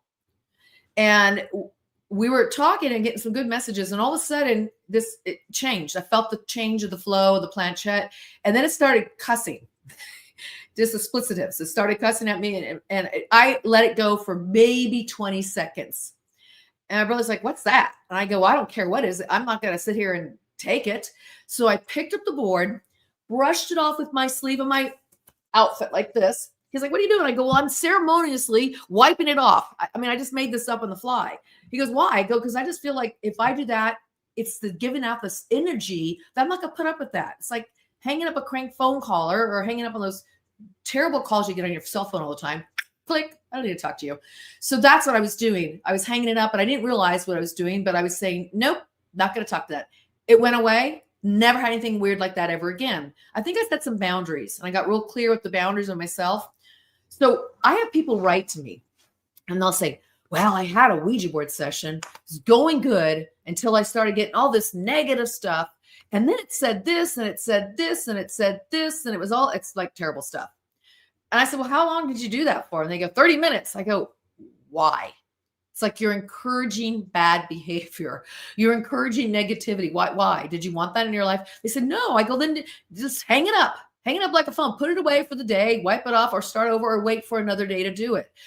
It's our energy too. It's our degradation of our energy sometimes. Being sick, being tired, under the influence, whatever, can also change the flow of the connection, you see? And that's so important, the flow of the connection and making that connection.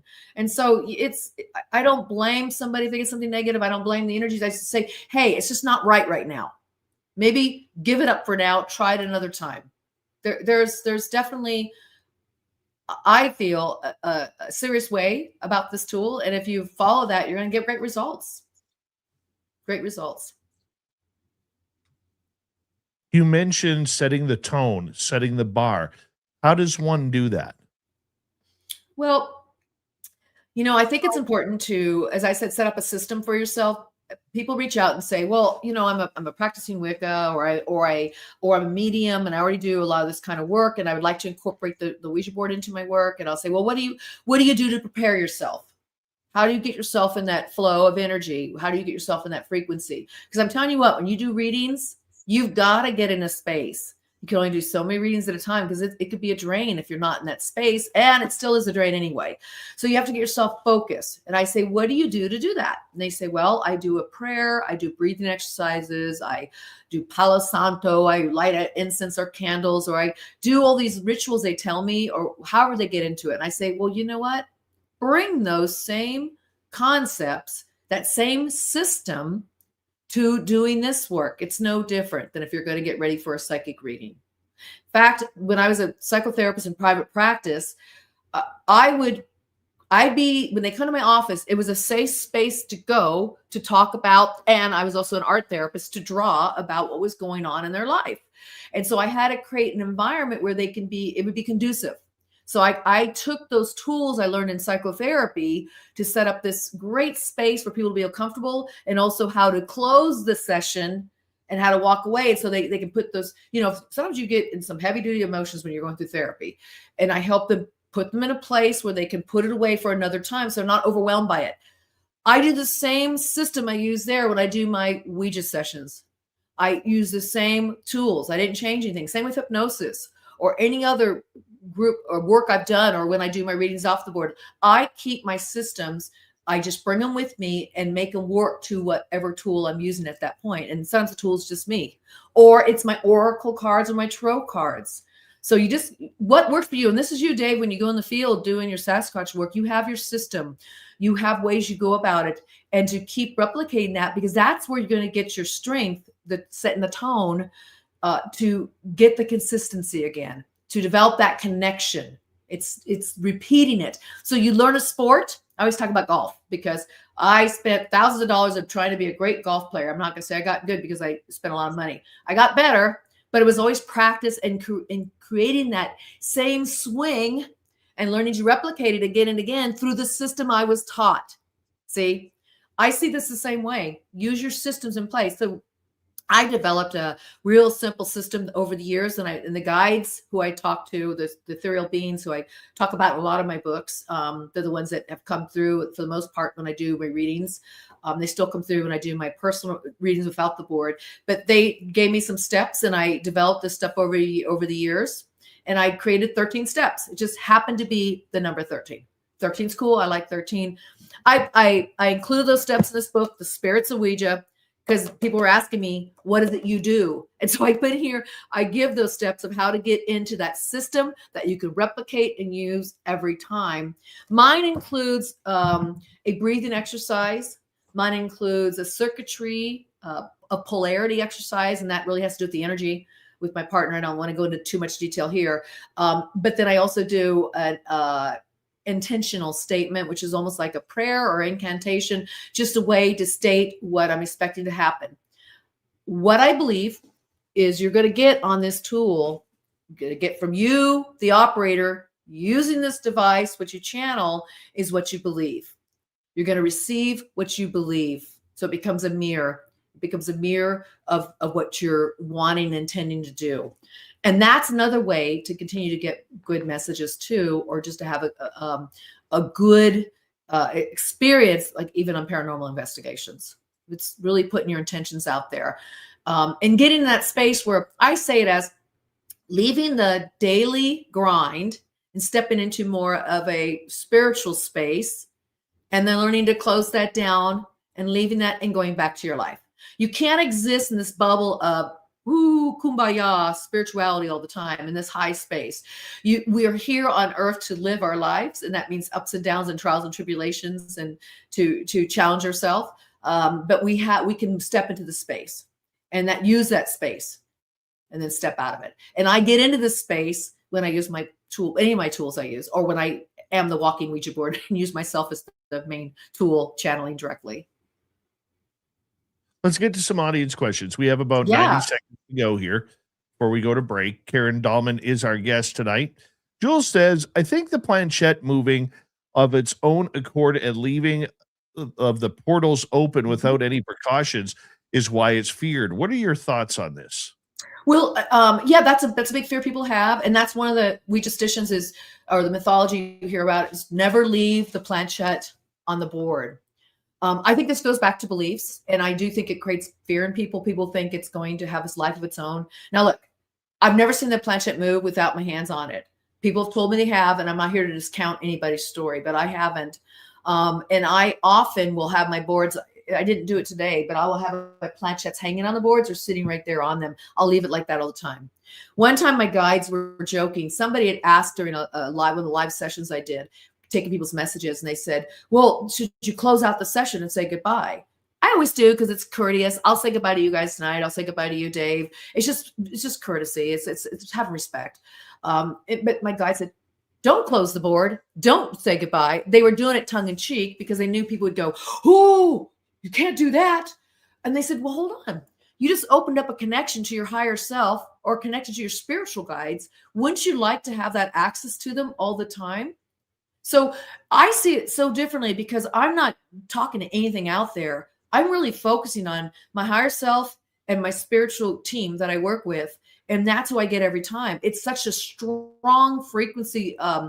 I call it dialing up. It's like a cosmic phone. I dial up the frequency like you do the old rotary phones. I'm doing or push button phones. I don't know if you guys remember that, but we had the old phones. I know Dave did. So I consider it that you punch in the numbers, or on your phone, you dial somebody's phone number, right? You punch in the numbers, you call them up, That's the same thing I do. And you get so used to doing that, doesn't matter where my planchette ends up being.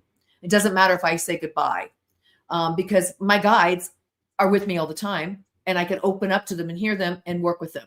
And so I keep that channel open for myself. But that's how I work. But yes, Julie, I appreciate that question because it's true. People think that. Karen Dahlman, we got her till the top of the hour.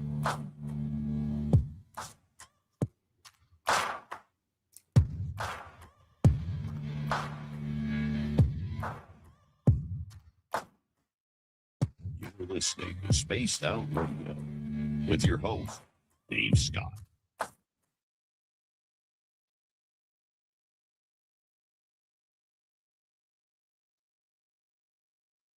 All right, we are clear.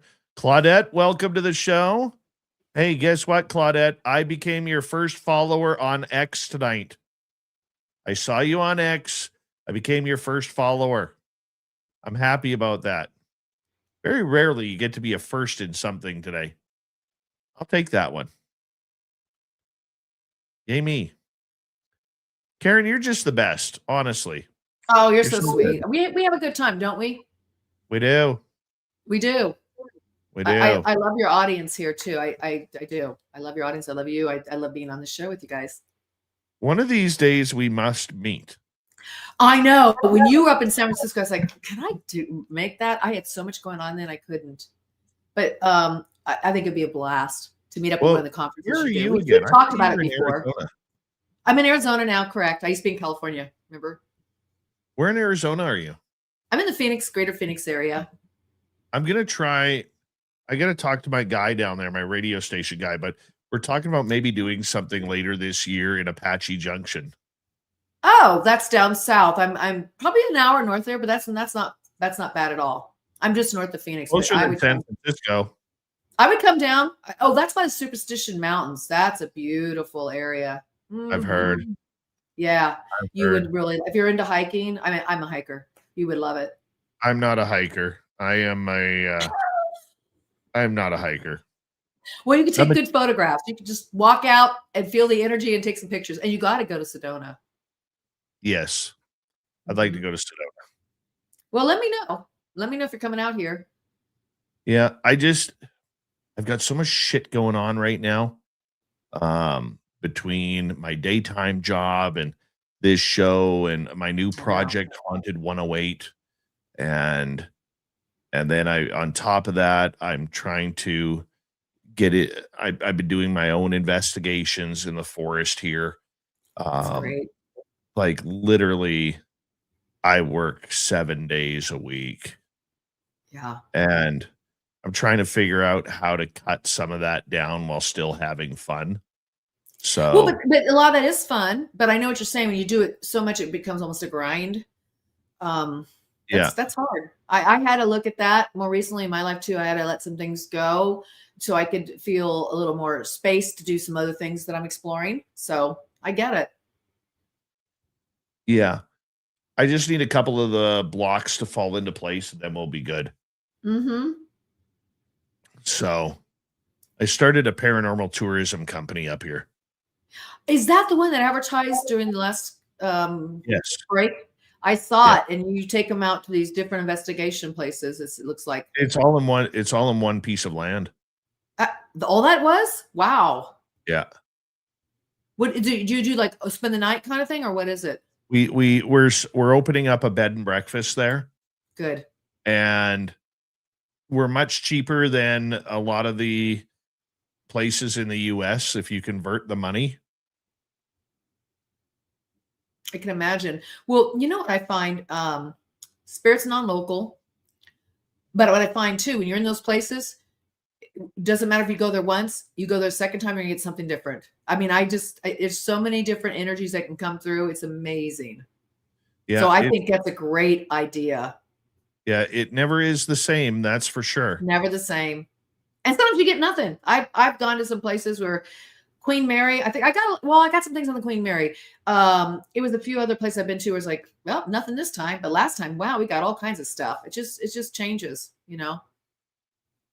But when I say spirit's non-local, I was talking about like you can do investigations before you go to the place where you're going to go investigate. I've been in places where I've done some investigation and then went back home, and later on, some of the energies came back through. It was all positive, but it was pretty cool how that can happen. It is very cool how it can come together so quickly. Now, are you doing mostly just any paranormal, whatever activity? You're not classifying as it's got to be ghost, or it could be something else, right? You're open, Well, like we got, Walker Ranch. no, that's my forest project. Okay, okay. So the Forest Project, you're open to extraterrestrials, Sasquatch. Oh yeah, we have everything there. Yeah. We have everything out there. Well, you have beautiful stars at night. You can see everything. We had gorgeous northern lights the other night. So so nice. We're coming back in 5 seconds. Thank you to Louis ×4, T-Bone, Candace, Kitty Cattywhack. Don't forget to give us a thumbs up. Here we go.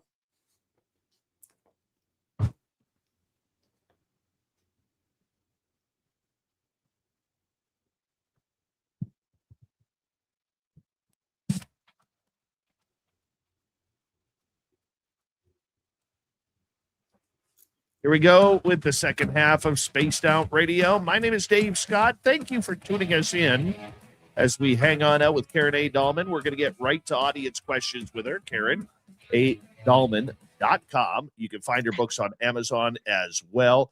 Karen, ready for some questions? Oh, I love it. Yes, please. I think that this is great. Fun part. Let's go to Candace. How many boards do you think you've created on your own? Also, how do you dispose of the board if you have to get rid of them for one reason or another? Okay, well, I'd like to answer the second part first. If you want to get rid of a board, reach out to the Talking Board Historical Society, tbhs.org. We will take them from you. Don't burn them. I don't get superstitious or Ouija-stitious around the boards because they're beautiful pieces of artwork. If people call them haunted objects sometimes, for me, I welcome that. I welcome the history behind the board.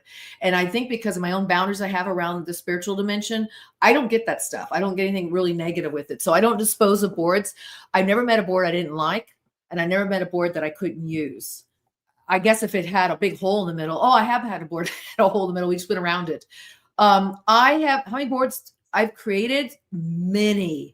I mean, we're probably talking in the hundreds. When I've been at places that didn't have a board years ago, I had this one board, and I wasn't going to bring this out for anybody to use because it's in great shape, you guys. And I didn't want anybody to lose a little planchette, the little needle. I have the little metal needle that was really bad back in the day. The kids could have swallowed or poked their eye out. That's what mine has. And I have that needle still. I just wouldn't let everybody touch my board. So I was making, Candace, all the time out of, like I mentioned earlier, pizza boxes, paper sacks.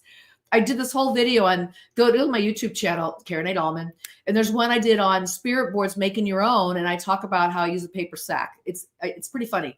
But yeah, I will use a paper sack all the time and write it out. Now I have a little board about this big somebody gave me, and I have a little planchette, and I can use that. It's in the back of my car at all times, just in case I need one. But I have no problem pulling out paper and just writing something down and doing that. Because as I mentioned in the beginning, it's not the board that works. It's really ourselves operating the tool. And you can make it out of anything as long as it's smooth enough that your item that you're going to use as your indicator can glide across it. So, yeah. And I have people that have made me boards. I am so fortunate. A lot of people have been so kind and made me some beautiful one-of-a-kind boards. I have a whole collection of those too. And those, I keep those out as well. They're just the beautiful pieces of artwork. And I use every board I've ever received. Every board I've used. I have some of my favorites for different reasons. My favorite board, you guys, is this big one back here. People on the radio can't see it, but it's a 1950s William Fold board. The size of it I love because it has space around the letters. The planchette won't fall off the edges. Where my smaller 1972 circuit board, see how close the letters are to the edges, Dave? The planchette tends to fall off. So I prefer boards that have more space around it so the planchette doesn't fall off the edge and I have to push it back on. It does that a lot. So I found ways to work around that too. But yeah, great question. Create your own boards, you guys. Especially if you don't know what board you want to buy, make your own. Paramarv wants to know, some folks say that different boards have different personalities or feel. Any truth about that? If so, do some people and boards experience a personality crash that's not clash rather, that's not conducive. Mm-hmm. Well, I really think this goes back to people's belief system. Our belief systems become our life. Again, what you believe is what you receive. And there's probably truth to that for people. Doesn't work that way for me. Again, I can use any board. It could be as wicked looking as it is. I mean, just all kinds of weird satanic stuff on it. I can still get it to work and my guides will still come through because it's me. I'm the operator. I'm not pushing it. I'm the one that's channeling information for it to flow, and I follow it. It's definitely a subtle feeling. I feel it, and I've learned to just hang on and follow it. And so I haven't seen for myself different personalities, although some boards to me, I like the way they look or the way they feel.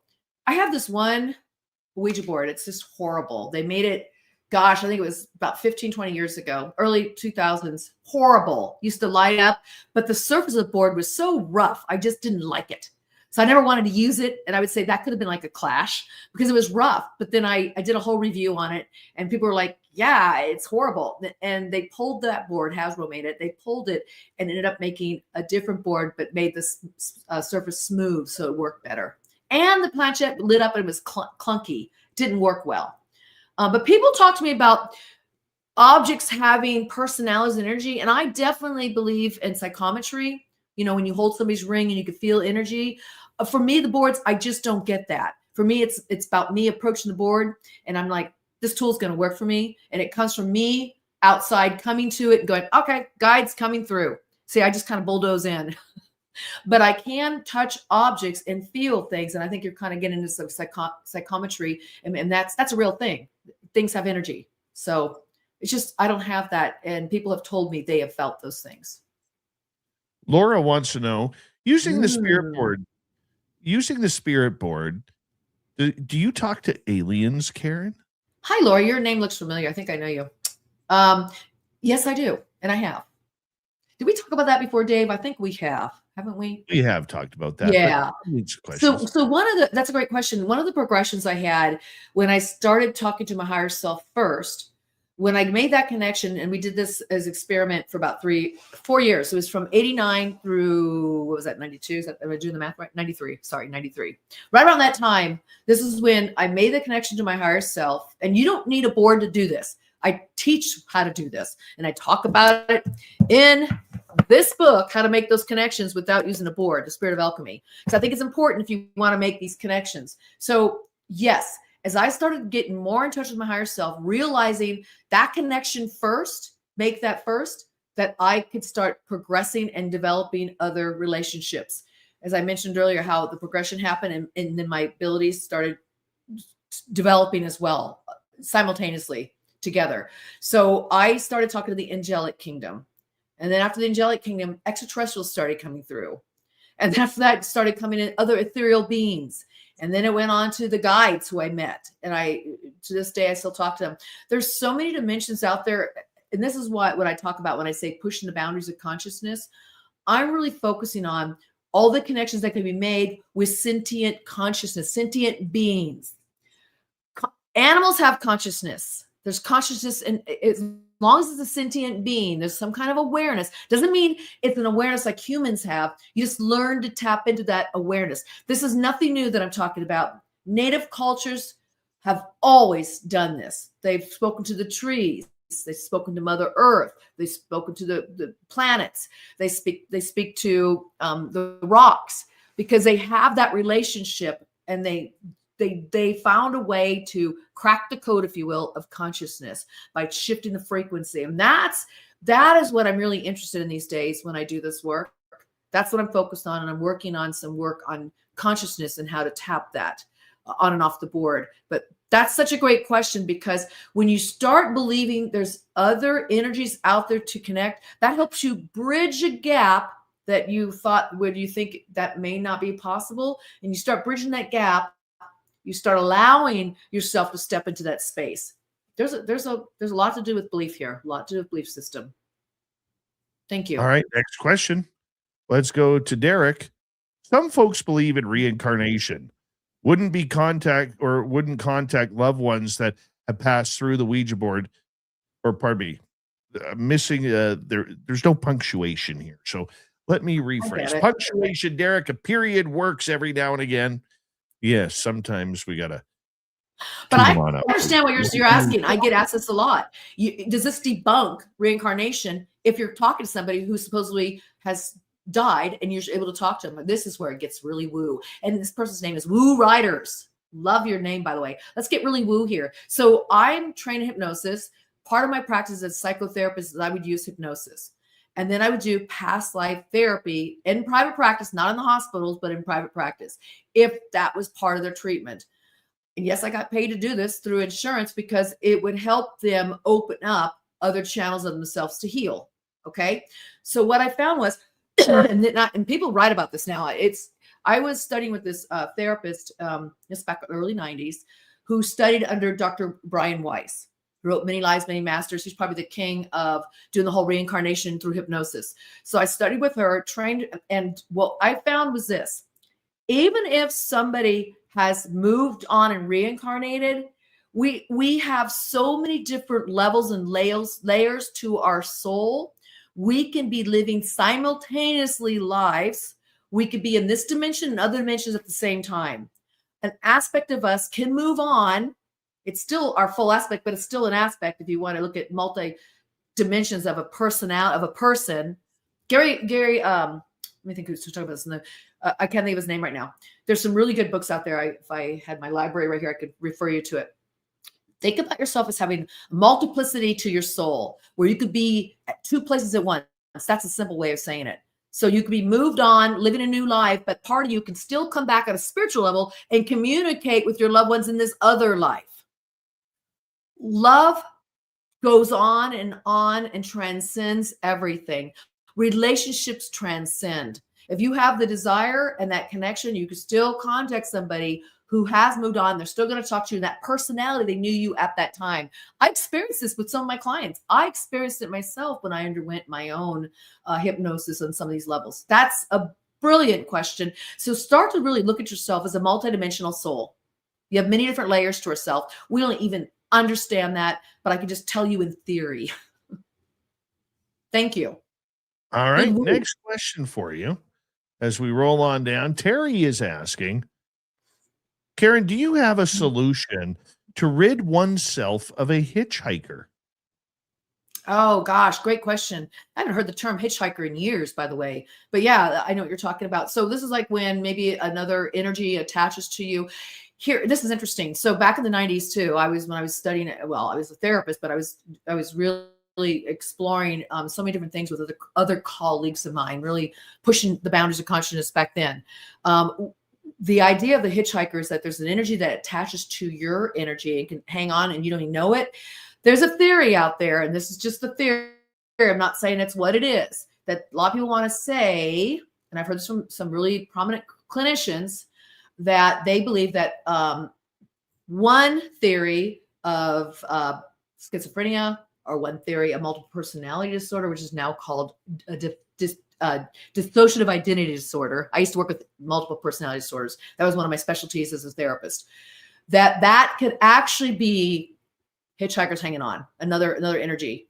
So the best way to do that yourself is to really try to cleanse your energy. And what I mean by that is, they say, and I'm just going to say what they say because I have my own beliefs, but I'm going to share what I've learned, is that we tend to open ourselves up through, it could be through negative energies. It could be through imbibing in weird substances. It could be through going through trauma. I mean, that's how altered personalities are created, when you go through trauma.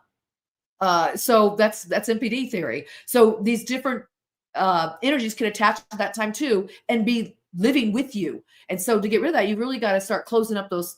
Think of your energy as Swiss cheese and start closing it up. So I know people who have gone to shamans to do that. I know people who've done it themselves with their own cleansing techniques. Again, it's your belief system. What's going to help you with your belief system to strengthen it? So find the technique you think is going to work for you. And I've heard of people that have done that and they've had some success, finding that system that works for them. I've had people who do soul retrieval stuff, which also helps too. There's so many things out there you can do. Moving on, let us go next to Laura again.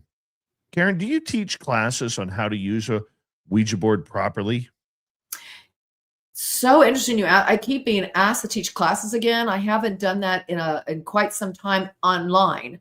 I do it in person when I travel to conferences. I took a step back from some conferences. I had so many other things going on in my life, Dave. We were talking about this, so much stuff going on. You can only do so much.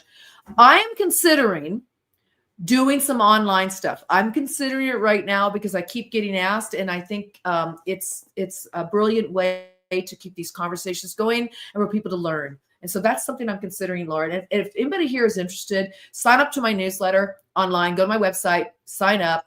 And then I don't bombard you and I don't share the list. You might get an email from me once a month at the most, maybe twice a month. And sometimes you might not get one for 3 or 4 months. It's just about what's going on. I put out an email because I was going to be on Dave's show and another show I just did last week. But I will definitely announce it there. You'd be the first to learn if you go to my website. But thank you for that question because I've been asked that quite a bit lately. Moving on, let's go to Marv. We've heard the term higher self for years. How do you explain the concept of your higher self to a 10-year-old? Beautiful question. It's your superpowers. It's you as your best self. It's you being your super self that you can be. It's you being all that you want to be to shine. And you teach it on that level. Shine. How can you shine? You talk to your child. Well, I can shine if I, help out so-and-so, or if I, maybe get my homework done on time. And say, yeah, then you become your best version of you. It's really learning integrity. It's really learning to be true to yourself, learning to trust your intuition. These are all components, or I would say pathways to your higher self. And that's what I've learned.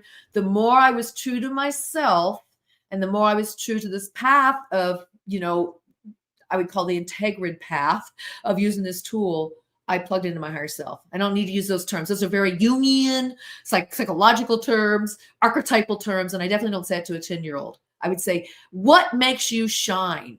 What's your best way? How can you be your best self? And how does that make you feel inside? Because if you feel like, and they go, well, I feel really warm. That's your higher self. That's your great superpowers. How else can you make that shine for yourself? And you're going to find that child's going to want to tap into it because it's such a good feeling. For example, when anybody out here is excited or passionate about what you love to do, that feeling you get, that's you plugging into your higher self. That's the feeling of your higher self coming through. I'm very passionate about the Ouija board because it's my higher self. This is so much a part of my exploration. It's my lifeline back to the other dimensions I always knew that I had contact with. So yeah, that's how you explain it to your 10-year-old. And that's how we explain it to even ourselves when we can't quite grasp the concept. What does it feel like when you're feeling you're shining? Great question, Paramarv. Blue Cruz is asking, have any of the entities that you communicate with through the talking board given you any information regarding future events to occur on planet Earth? Yes, I have. And people have written to me and told me some things, such as somebody knew that Mount St. Helens was going to blow. I didn't get those drastic things, but here, this is funny you asked that, Blue Cruz. I was on a different show, and not the show, but I did a lot of live readings with Dave at somebody else's show, is doing some live stuff. And somebody asked about who built the pyramids and when were they built?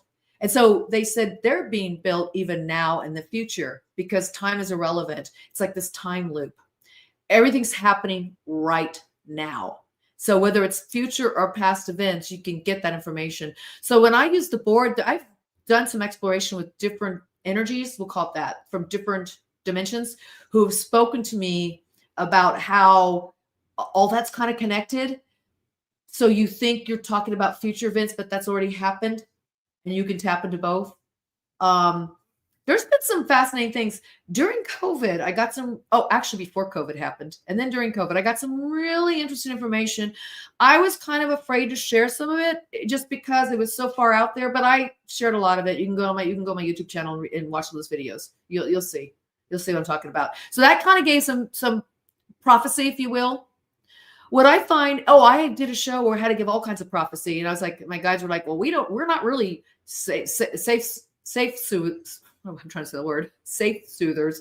We really aren't prophecists, but we will go ahead and play this game with you, Karen. And they did it a few times and we got some really interesting things. I was like, that's not going to happen. Well, sure enough, it did. It had to do with legalizing marijuana in the United States. And they said, and back then we had one state, I think it was just California at the time. They're like, oh no, you're going to see it across all these states and it's going to go like this. And I'm like, who would ask that question? But we have that. And people go, there's no way. And I go, it's coming. That's what they said. So I'll get things like that. But that's not pretty much how I use my tool now. That's fun. And I spent many years doing those kinds of things. Now it's more about, again, like I'm saying, I want to see what kind of sentient beings I can communicate with and what kind of messages will they bring forth. But that's, you guys, getting involved with this tool or just channeling, this is the kind of fun you can have and start exploring these things yourself. Great question. All right. We got one more here. We got about 4 minutes left with you, Karen. Oh, wow. Jay is asking, have you ever used EVP or a staticom communication with the Ouija board communications? Yes. I had a group come to my house one time. This is years ago in California. I've done it many times. But they had their own little, I would call it, I was old school, sitting with the Ouija board. They had created this, it had to do with EVPs, and they had all these devices to measure it, EMF meters, all this stuff that would go off as we were doing the messages. I've been doing this at different haunted places, you call it, or places where there's activity, and they will set up their different tools and see what they're getting while I'm using the Ouija board. And there's been some really cool things that have happened. Like, for example, I was talking to on the board with somebody, and I said, it came through and said, okay, well, right behind you, there's going to be a image. There's going to be a spirit. Sure enough, on what's the little one that dances around like this? Forget that what it's called, because I'm old school. I don't use all these tools. My friends bring them along, and they had it. It all of a sudden it popped up. It was right there behind them, and we're like, oh goodness, here we go. So yes, it is fun to do that, to try new school, the electronic devices with the old school, and I'm definitely old school. But yeah, you can get some fun stuff with that too. Do they cross over from what you're getting on EVP compared to what's going on the board too? Say that again. What do you mean? Do they cross over and equal out what they're saying? Right when they're talking, say this is what's going to happen. And sure enough, it popped right into the screen and they could see it. It was a thermal imaging thing. They could see it right there as we were talking to it. And it said, I want to move closer to you now and touch you. And sure enough, the energy went. You could see it. It was crazy. This was in Missouri. I did this at the Haunted Castle House. Shout out to the Skinners who own that. They were there. They're the ones that filmed it. It was really cool. We have 2 minutes to go. What is the most fun you have with this?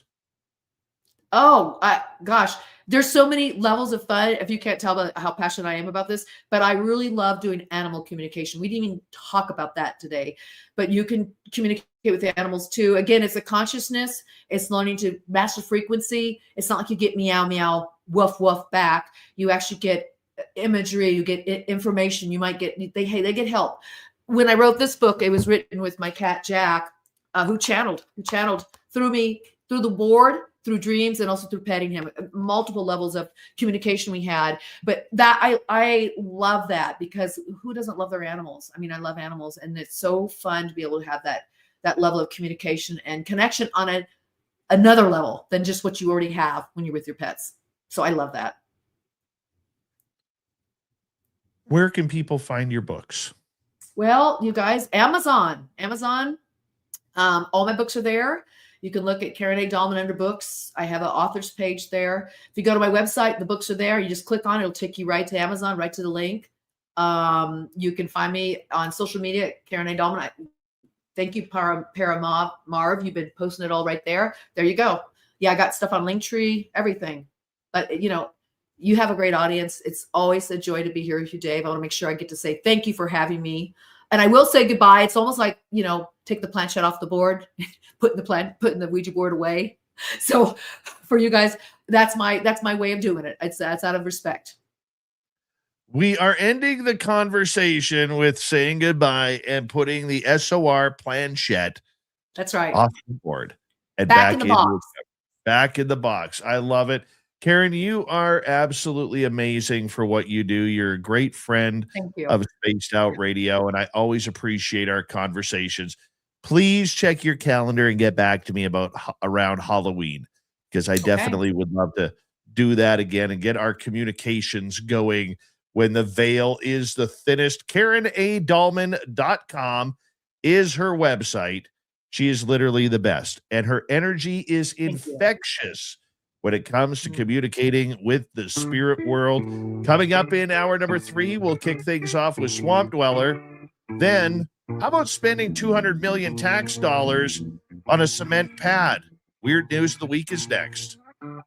You're listening to Spaced Out Radio with your host, Dave Scott.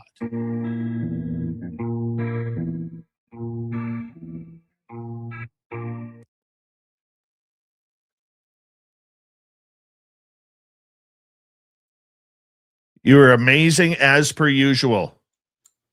Thank you. Everybody's great. Your audience is fantastic. Thank you. Thank you. That was fun. It's always fun. It's always fun being here. Let's talk soon, my friend. Okay, sounds good. Okay, good night. Take Have a care. great rest of your show. Much love. Take care. Bye. Bye. Stop now! You're under arrest!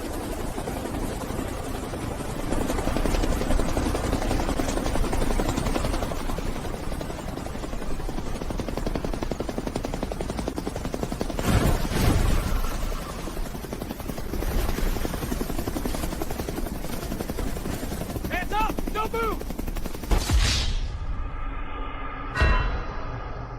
Don't get caught without your Spaced Out Radio merchandise. We have t-shirts, mugs, hoodies, socks, hats, stickers, and so much more. Whatever you're looking for, we have you covered. Why just be a fan of the paranormal when you can look the part? We don't have ugly merch, folks. Check out the Spaced Out Radio store. Find the link in the description below.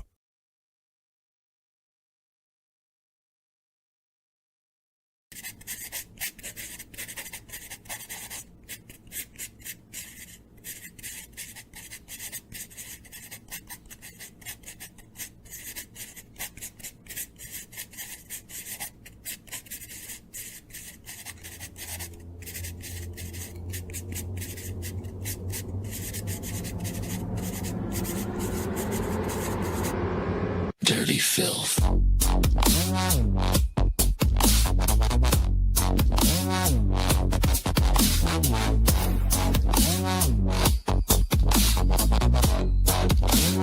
Dirty filth.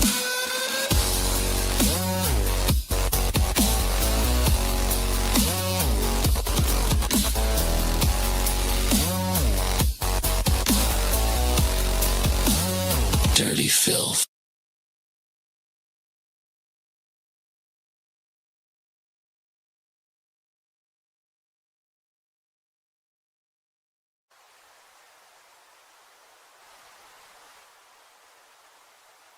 Object is heading north 045 degrees.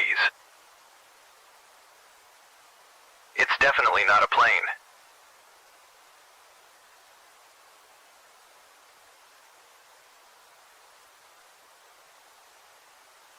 It seems to be tethered to something.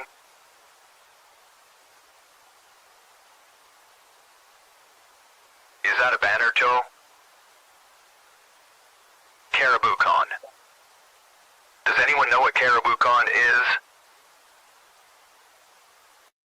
Caribou Con, one of the BC Caribou region's best-kept secrets. Until now.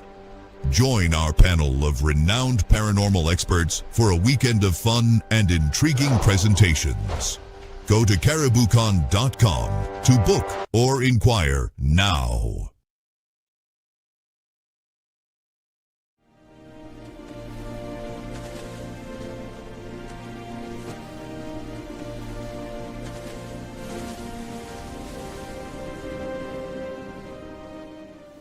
Over here. Look at this.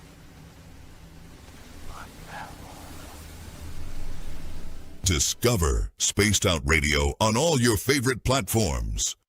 We're live every single night with the best in UFOs, cryptids, paranormal, and the unexplained. And you can find us on all your favorite platforms. Head over to Instagram for behind the scenes and daily weirdness, TikTok for quick mind-bending clips, Facebook for community discussions, and X for real-time updates and hot takes. Wherever you scroll, Spaced Out Radio is there. So go search Spaced Out Radio on every platform, hit follow, and turn on notifications so you never miss a single episode. The Weird is waiting. See you there.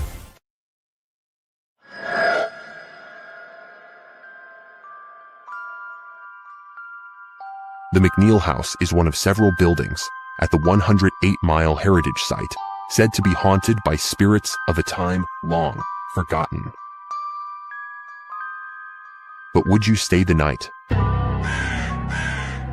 Along with guided ghost tours and paranormal investigations, Haunted 108 is offering a chance to spend the entire night inside the historic McNeil House by booking one of our B&B style sleepovers, where you can experience the hauntings firsthand, meet the resident ghost cat, and witness unusual activity. If you dare to turn history into a night you'll never forget, book your spot now at haunted108.com. Spots are limited. Will you be brave enough? All right, let's bring in our good friend Terry Hall, who's hanging on out with us right now. Little Terry Hall, it's good to see you. Your mustache looks fantastic. Good evening. How's the beard of knowledge tonight? Beard is good, man. Beard is good. My Oilers lost tonight, and so I'm a little cranky, but that's okay. I'd be really cranky about spending $200 million on a little concrete pad. Oh, we'll get to that. We will get to that. When you told me about that and I started researching it, I cannot believe how actually convoluted this whole thing is. It's crazy, Dave. I know. We're coming back in 15 seconds. Thank you to Louie, the birthday boy, with 4 super chats. T-Bone, Candace, and Kitty Cattywhack. Appreciate you. Here we go, everybody.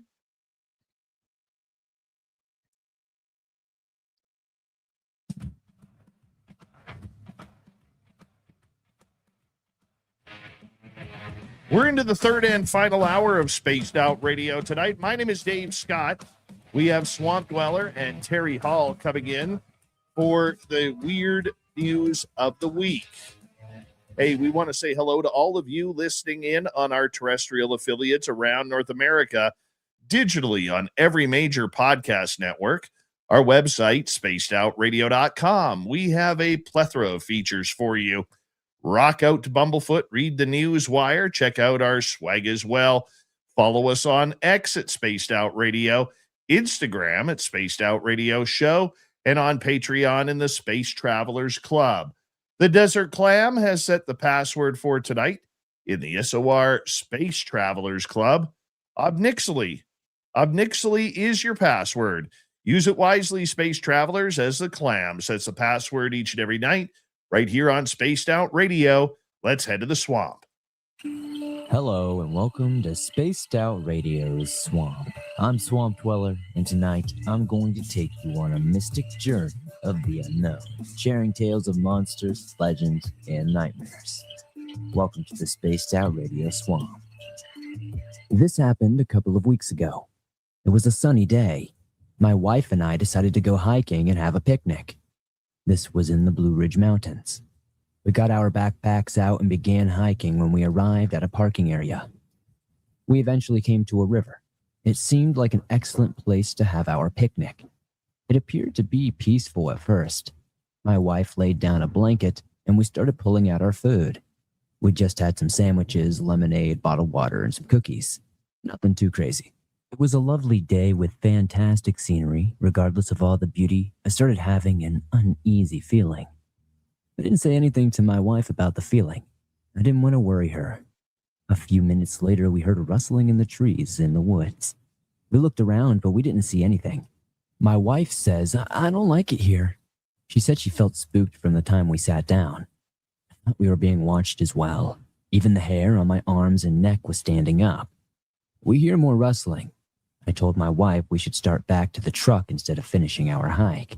For whatever reason, we decided to leave our food in case it was a hungry animal. I know, this was a dumb idea.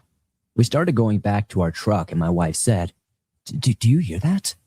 I said, yes, just keep walking. There was more rustling behind us, and whatever it was, it started to follow us. The footsteps got louder and closer. The footsteps didn't sound like that of a human. Whatever it was big. My wife started to get nervous because we both thought if we left the food behind, we would be okay, and it would just go for the food. I guess we were wrong. I started feeling like we were on the menu for whatever was stalking us. My wife had tears running down her face, and I took her hand and told her to start walking faster. I was afraid for us to run in case whatever was following us was actually a predator, like a mountain lion or a bear, and would start chasing us and run us down. Whatever it was stayed with us, but we couldn't see a single thing. We kept moving, and we're getting tired. We still kept going, though. Finally, we made it to the parking area where our truck was. I looked around, but I still didn't see anything. We threw the backpacks in and hopped into the truck as fast as we could. I backed up and then put the car into drive. I floored the gas pedal. We were so relieved, but also terrified. We didn't say anything for quite a few minutes, but then as we were getting down the road, my wife asked, What do you think it was? I said, I have no idea. I'm not sure I really believe in Bigfoot, but I don't think this was a bear. Whatever this was, it was on 2 feet. It sounded big and heavy. It stalked us. I've never been this afraid in my life. We won't ever go back to this area again. It reminded me of a classic horror movie, but this was real. It's only been a few weeks since then, and I'm still scared because I wonder what could have happened if I had not chosen to return to my truck and leave instead of continuing to hike. Thank you, Swamp Dweller, if you tell my story. People should know the importance of being alert to their surroundings in the wilderness. As I've heard others say, I believe there could be things we don't know about. Well, thank you, Swamp Dweller, for another amazing story. If you want more just like that, head on over to YouTube, type in Swamp Dweller, hit subscribe, ring that bell. Thousands of stories for you to listen to each and every night or day, whatever you prefer. That's what it's all about. Having some fun, getting some great entertainment. Now, speaking of entertainment, let's bring in Terry Hall for the weird news of the week. Terry Hall got a mustache, standing by the mold. Curled up like a question mark, got secrets to be told. When you folks think the place goes to wrong behave, you throw me to the hell like a constant way. We do something weak, it's strange and it's wild. For the answer something that we need to explain fall. With Terry Hall is Paul, who's stack and small. I'm based on video, let the very stars come to all.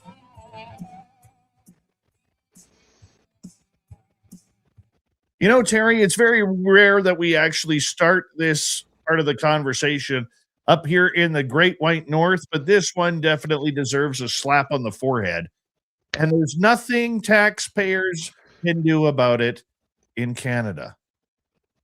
I got to feel on this. Well, I know that everybody who's watching YouTube, I look like I'm standing under a UFO right now. I'm really bright, but this story that we're getting ready to jump into is so convoluted that down here in the back cave, every one of my monitors has a separate little part of this. This thing is, I'm telling you, this is a bad one. I'm going to let you start off. I think, honestly, Dave, I think we could talk for the whole hour about just this. Oh, yes. And who knows, it may go there. It may go there. So let's get right to it. So the Canadian government, led by Mark Carney, the Prime Minister, all right, they've come up with this bill called Bill C-28, the Canadian Space Launch Act. What this does is it sets rules for rocket launches and re-entries aiming to make Canada the first G7 nation with its own capabilities and build a $40 billion industry by 2040. So in other words, because they're not happy with the United States right now and they're doing their best to continue these idiotic trade wars, and because Elon Musk is bad because of who he supports politically, they're figuring, well, we'll do it ourselves. 40 billion. Okay? 40 billion. What's that? I mean, it's chump change for governments, especially when you only have 22 million of the 41 million people in Canada who pay taxes, right? So why not? You know, why not dig a little bit more? Yes, why not? So here's how it breaks down. Part of the 40 billion. It follows a $200 million lease for a Nova Scotia launch pad with Maritime Launch Services, otherwise known as MLS, which plans to frequent satellite missions despite its remote gravel site and company losses. While supporters highlight jobs and strategic gains, critics question the costs, location drawbacks, and leadership issues as debates begin.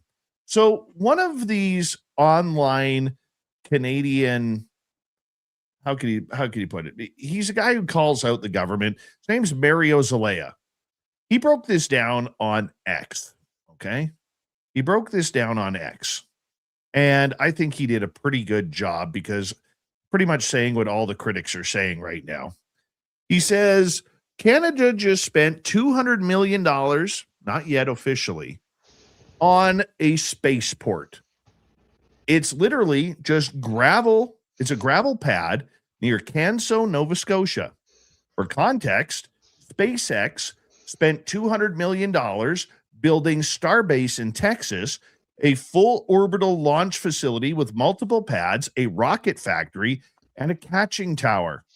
So, with this Canadian deal, the $200 million is a 10-year lease.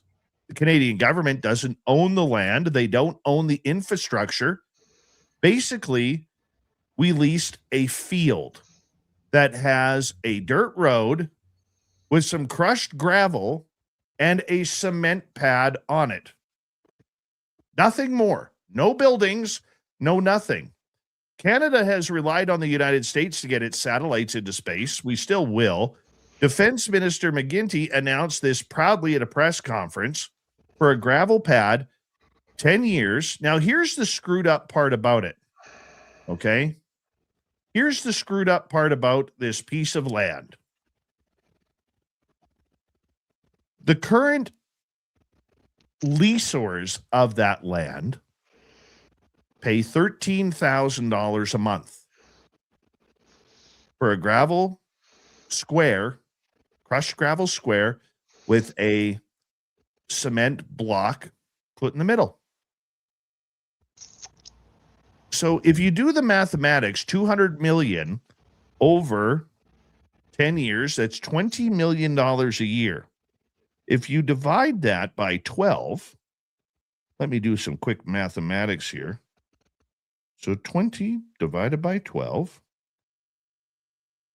that's $1.66 million a year that they will charge the Canadian government to rent this facility. Once again, no buildings, no rocketry, no nothing. It looks like somebody actually took an ATV and burned a UE on it. It is just a concrete pad. That's it.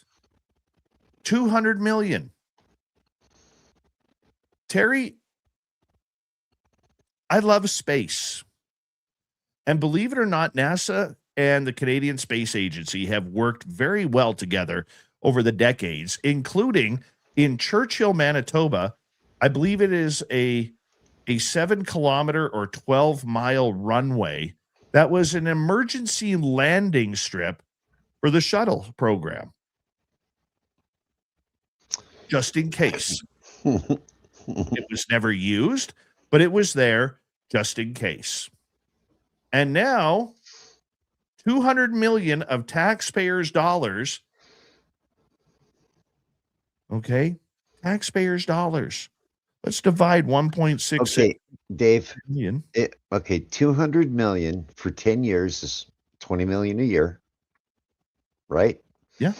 Okay, divide 20 million by 12. Well, that's what I did. It's $1.66 million a month.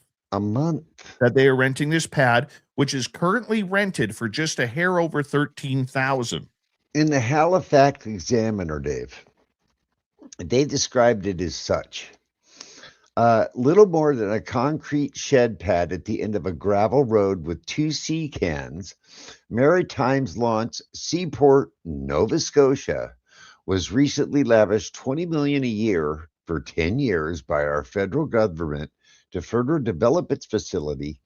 Now, Directly across the road from here, if they were to turn around 180 degrees, took a picture, there are residences there, neighbors, homes, schools, and a wildlife facility on top of a multi-million-dollar fish hatchery. Yes. That is what we are talking about, Terry. That is what we are talking about. Now, the gentleman who runs the company that is doing this whole thing, their president and CEO had already defunded Canada out of $20 million previously, had been suspended in 2017 from Canada's National Regulatory of Investment Dealers. He had also been suspended from the Environmental Assessment Agency, as well as, what was the other one? The Impact Assessment Agency of Canada, for falsely reporting and not meeting federal government standards. The guy who's running this thing that they just spent $200 million on. And guess who? That company, when they're startup, guess who they're having build their rockets, Dave? Ukraine. A project of the Ukrainian Space Agency, MLS, was created specifically to launch the Cyclone 4M. Despite the claims for years that they were maturing the launch vehicle, the rocket has never been built. Also, the Ukrainian Space Agency suffered a series of losses due to mismanagement, malfeasance, and corruption, among them a spectacularly failed 10-year project in Brazil and allegations of deals with North Korea. Here's what the Minister of Defense in Canada, McGuinty, said. Let's play this. Canada is the only country in the G7 to not have its own space launch capabilities. Currently, we must rely on foreign countries, most often the United States, to get Canadian satellites in orbit. This reliance on the US sends investment out of our country, creates costly delays, and leaves critical infrastructure exposed to decisions beyond our control. The Canadian Space Launch Act establishes the framework needed for sovereign space launch and re-entry. Should this act pass the House of Commons, we can create a commercial space industry right here in Canada that could be worth $40 billion. Could be. This act empowers Canada to create and implement a modern regulatory framework, enabling Canada to authorize, regulate, and oversee homegrown space launches and re-entries. Canada is the only country in the G7 to not have its own space launch capabilities. Currently, we must rely on... There we go. That is embarrassing. Now, look, I am very much for supporting a Canadian space program. I am. Very much. Why wouldn't I be? Okay. But you have to at least do it properly.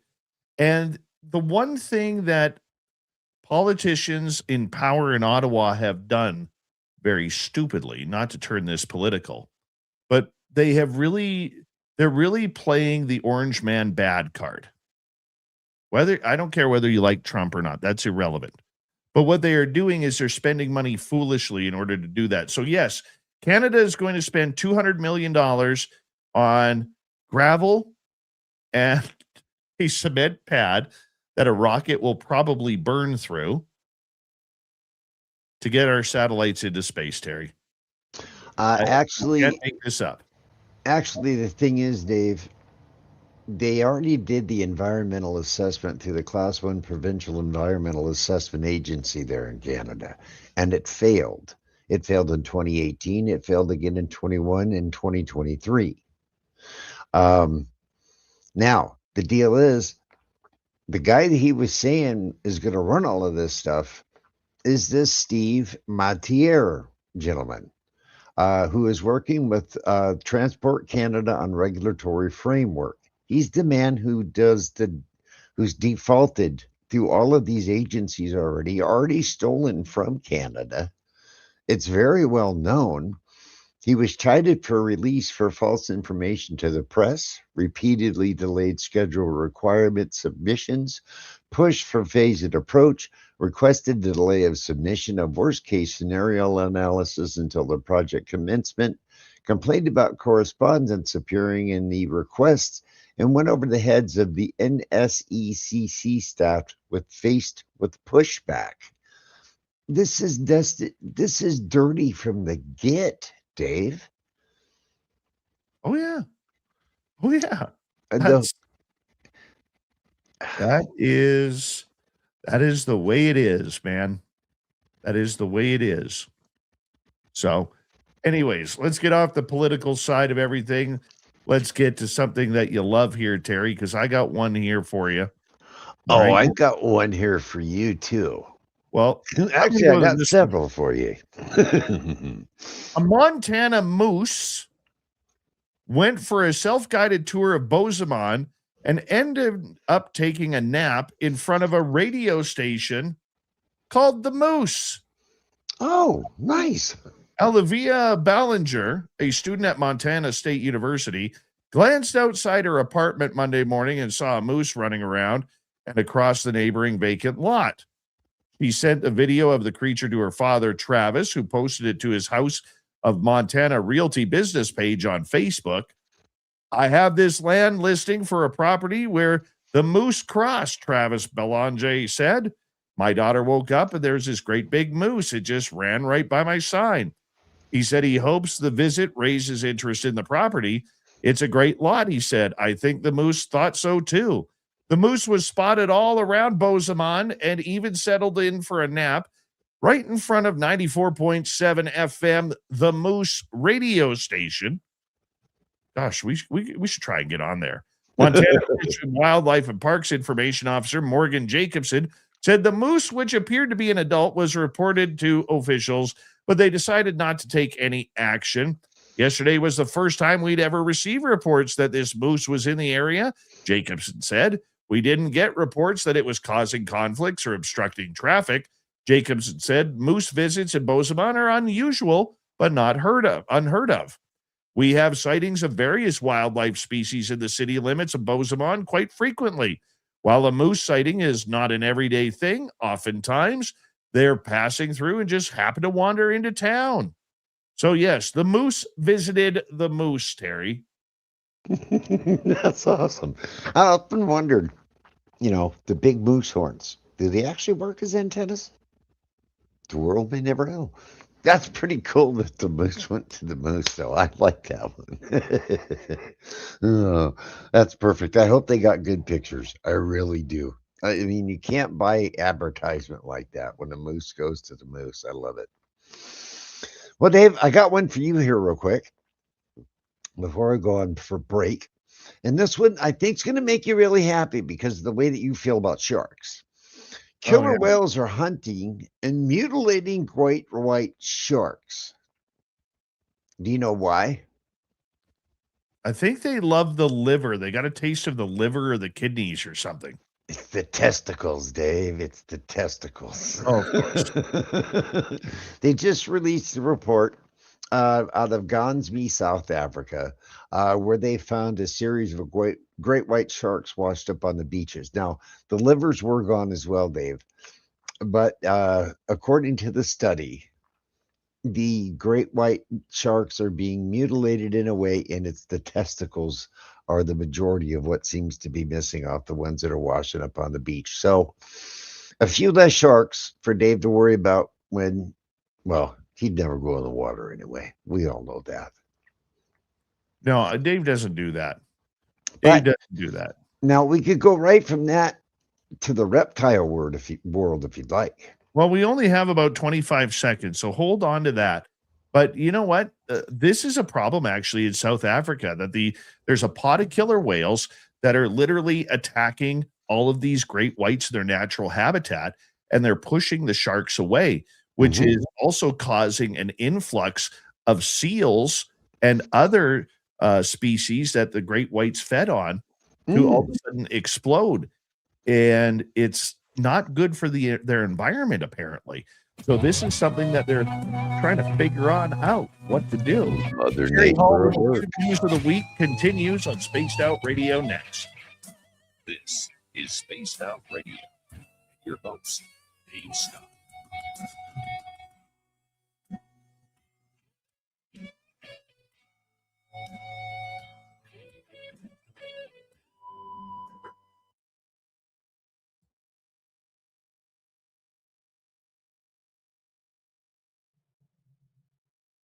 Shaq Filet, how you doing? All right, Terry, we're clear, buddy. I got us a Florida man story tonight. You're gonna Oh, love. yes. I want the full story, not the highlights. If it's Florida man, I want that. Yep, we're both gonna giggle on this one. I did. Oh, goodness.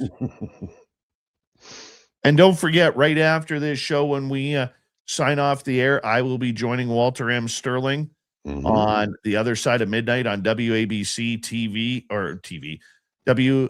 WABC radio out of New York. So make sure that when we end here, you jump on over there and take a listen. What we're talking about, I have no idea. We'll figure it out. Dave's been getting spread around like peanut butter here, lady, and I'm liking it. Oh, yeah. Yeah. It's getting Dave, good, people. Getting good.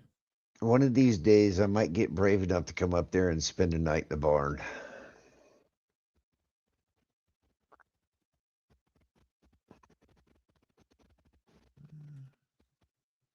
I think that's all of them for now. Let me just check. Yep. Yes. So I'll let people in on a little secret. I can't say where, I can't say who, but we're adding another radio station next month. Next month. I'm so excited. Yes. And within 3 months, if everything goes well on that station, we should be adding another 1 or 2 after that. They're going to fall like dominoes, Dave. They're going to start falling like dominoes. Yes. I can't say where or who just yet. Not allowed. Until 2 weeks before we launch, that's when I am able to say something. For our audience on YouTube, if you have a local radio station you'd like to hear us on, give them a call and tell them to give us a call. Or don't pass the information over and we'll get a hold of them.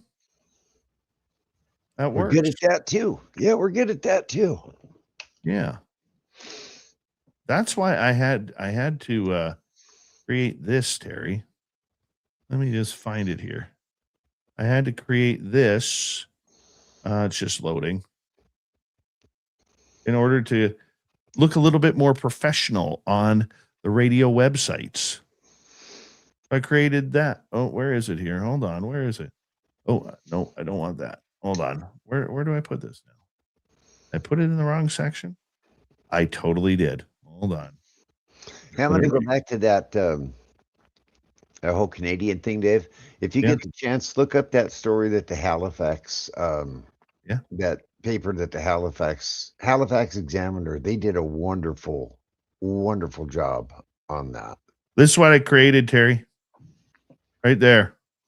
Oh, the beer and the knowledge. Look at that. Look at that. I even made my hair look good. I like it a lot. I like it a lot. Yep. Yep. Probably could have whitened my teeth a little bit more, but that's okay. I don't know. I kind of like the shape of that beard. That was pretty cool, Dave. Yeah. We're good. I gotta get a beard job done here. Yeah. Yeah. Tightened up and lined up, huh, man? Yep. So we're gonna add another radio station next month and probably one in July or August if everything goes well, which I'm positive it will. The Great White North is looking great, man. It's time for your southern neighbor to start picking up the slack. Yeah. You know, there's bullshit going on in the chat room, and there's comments like this. Oh, no, not Jules. Claudette. Very handsome, Dave. Very handsome. Oh, no. You know, the bullshit is running thick over there. Somebody forgot to put her glasses on again. Time to put on the hip waders, man. Mm-hmm. We got 35 seconds. Thank you tonight to birthday boy Louie ×4, Kitty, T-Bone, and Candace for the super chats. Greatly appreciate your love and support tonight, everybody. Thank you to everyone who has given us a thumbs up. It'll be a short ending to tonight's show because I have to race off after we sign off right to WABC in New York with Walter Sterling. So make sure you tune that on in. WABC New York once again on the Red Apple audio networks. Here we go, Terry.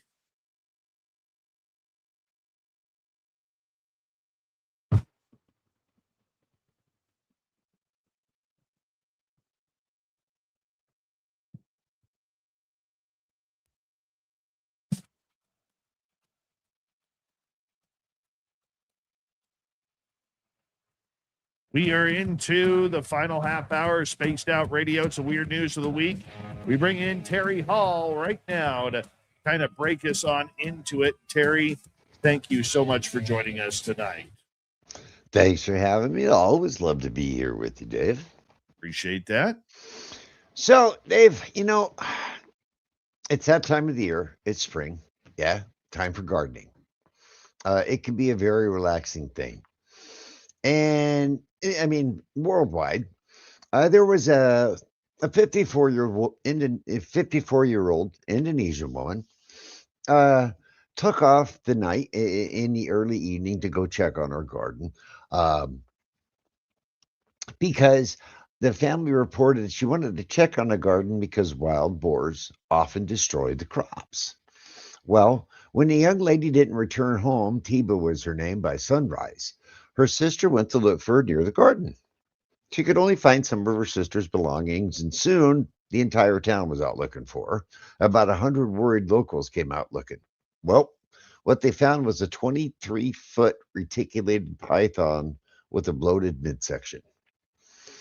Turns out that this is the third time this has happened near their village, Dave. So in that part of Indonesia, I would say that gardening is probably the last thing that I would want to do. Oh, my goodness. Swallowed whole by a snake. The villagers found the python, killed the python, carried the python back to the village, and it was confirmed that that's where she was. Oh, my goodness. So let's go from there. I watch these snake wranglers, you know, where they go into the Florida swamps to clean out the pythons and the boa the boa constrictors are natural there. It's the pythons that are not. Mm-hmm. And I watch some of these snakes wrap them up. Like, this is crazy. You know, absolutely crazy. When I lived in Las Vegas, I went to an exotic pet store, and I thought that I was purchasing an 8-ball python. They don't get exceedingly large, right? And it was perfect for me because I'm a bachelor and very low maintenance pet. Well, as it turned out, it was a reticulated python, the very same kind that they're talking about. And Ella kept growing and growing and growing and growing. Well, I had a waterbed. This was way back in the day when we still had waterbeds back then, Dave. It was always nice and warm. And she took to sleeping in my waterbed. And she would wrap herself around like from corner to corner to corner kind of thing. And it turned out that, well, she quit eating and hadn't ate for about 12 weeks. And I was talking to the guy at the exotic pet store, and he said what she was doing was measuring me out. She wasn't eating, so she'd be really hungry. And the reason that she started sleeping close to me was actually measuring me out. So that's when she got rehomed. I got rid of that snake. Not me, man. No way. Not me. So we're going to go to Florida from there, Dave. Oh, goodness. I hope. We have got a Florida man story this week. Here we go. Yes. A shirtless Florida man was arrested for going door to door picking fights. 32-year-old Christopher Doyle Norman was arrested for multiple offenses, including home invasion, battery, burglary, larceny, and criminal mischief. All of these charges came from a single drunken rampage that began when Norman kicked open the gate to a trailer park. The Florida man then approached a woman who was sitting outside of her mobile home and punched her in the side of the head. Oh, no. Not quite finished with the mobile home yet, Norman damaged the home's ladder and exterior door before continuing on. He arrived at the next neighbor's house. He fell through the home's open front door, which caused one of the residents to pick up a hammer and order Norman to leave. A hammer. He picked up a hammer. Norman eventually left the trailer park, but not before yelling that he would come back and burn the trailer down. Once he was done with the trailer park, Norman made his way to a nearby apartment complex, knocked on the doors, and dared the residents to fight him. One resident understandably shut his door in Norman's face and locked it. This prompted Norman to ram his shoulder into the door, which consequently caused damage to the door and the frame.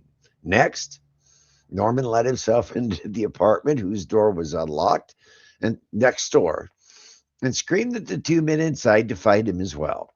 He chased the men around the table, threw a lamp at them when he couldn't catch him. Luckily, Dave, the lamp missed. Most likely hungry from all of this running around, Norman grabbed a slice of pizza from the apartment and then chased one of the men into the bathroom. The other man tried to call 911, but Norman snatched the phone from his hand and smashed him in the back of the head with it. Oh, no. The men tried to escape by running outside, but Norman followed and chased them around the apartment complex. Norman's drunken rampage finally came to a screeching halt when he ran into a chain-link fence, knocked it down, and then passed out on top of it. Police arrived at the scene a short while later to find an unresponsive Norman who appeared to be intoxicated.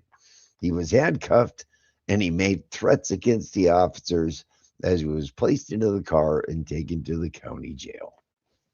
Oh, my. That was That's a bad rampage. for Norman. Let's be honest. Dude, Norman didn't have a good night. I mean, he had a piece of pizza. Florida man. Oh. Florida man. Well, let's get to this one here. All right.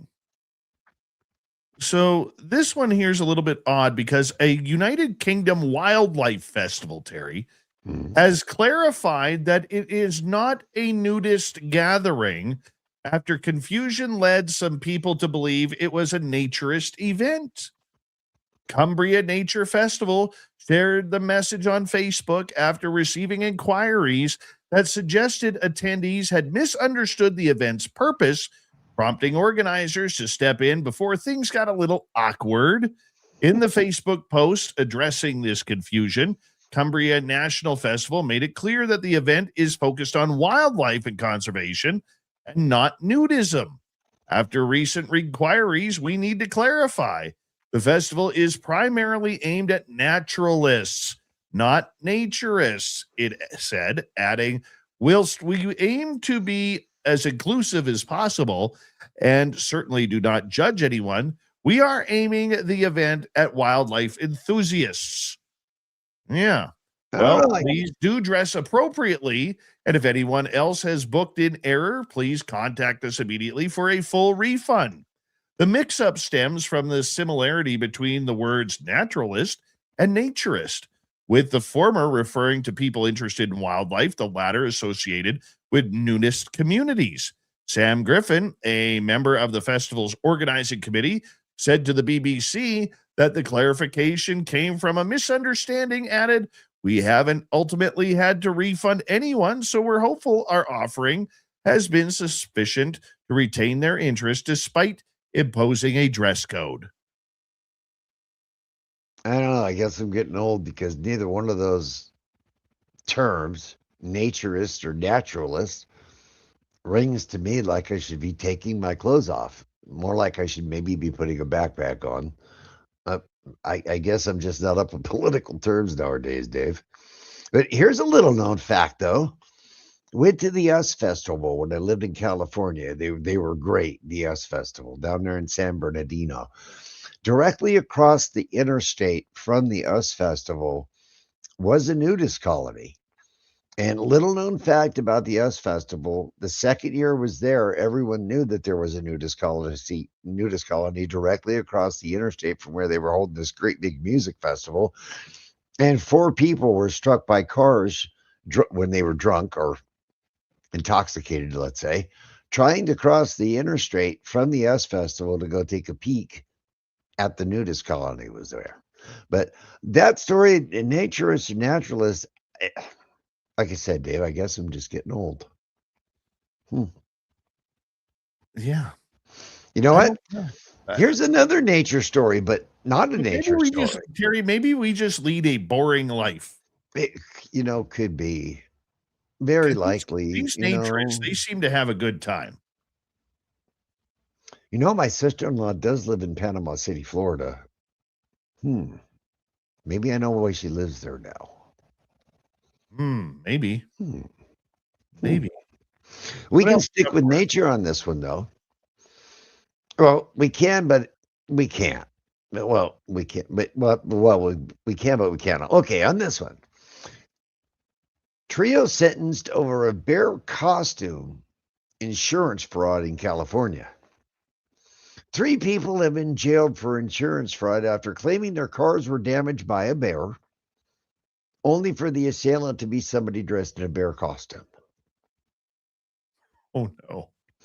The trio used a bear suit to stage the fake attacks inside a Rolls-Royce Phantom Ghost and 2 Mercedes valued at over $300,000 each. They claimed $141,839 in damages, were awarded as such. And later, the investigators found 2 additional fraudulent claims submitted by separate insurance companies involving separate vehicles on the same date and at the same location. As investigators were checking this stuff out, they discovered a bear suit inside of one of the suspects' homes.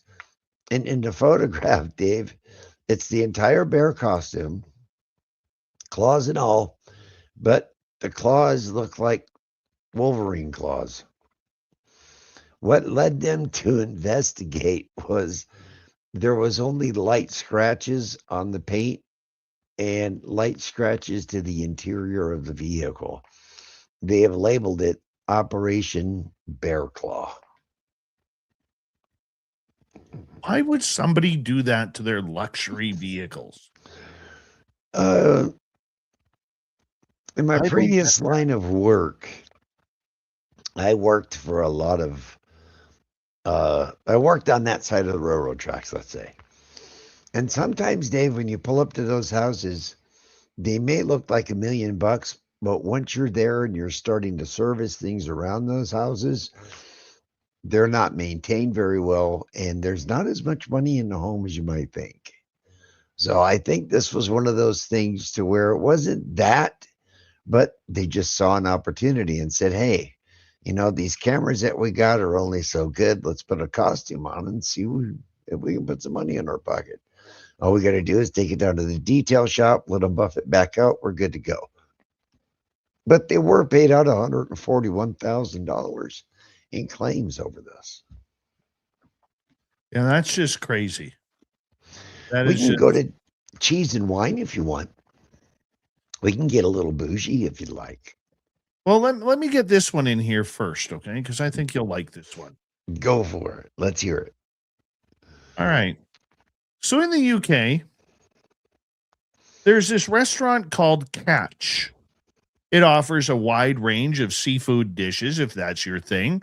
But the owner's showpiece lobster was never on the menu, unbeknown to Emma Smart, because this Karen, who is a very, very vile animal rights activist, took the crustacean and believed that setting it free was the thing to do. The crustacean was kept for educational purposes, not consumption. The 47-year-old marine biologist walked into the restaurant on April 10th last year at around 9 p.m. and removed the live lobster from the fish tank. 2 staff members attempted to stop her, but she left with the animal and released it into the harbor a few yards away. The lobster had belonged to Anthony Cooper, the restaurant's owner, for 2.5 years, and was used to educate visiting children.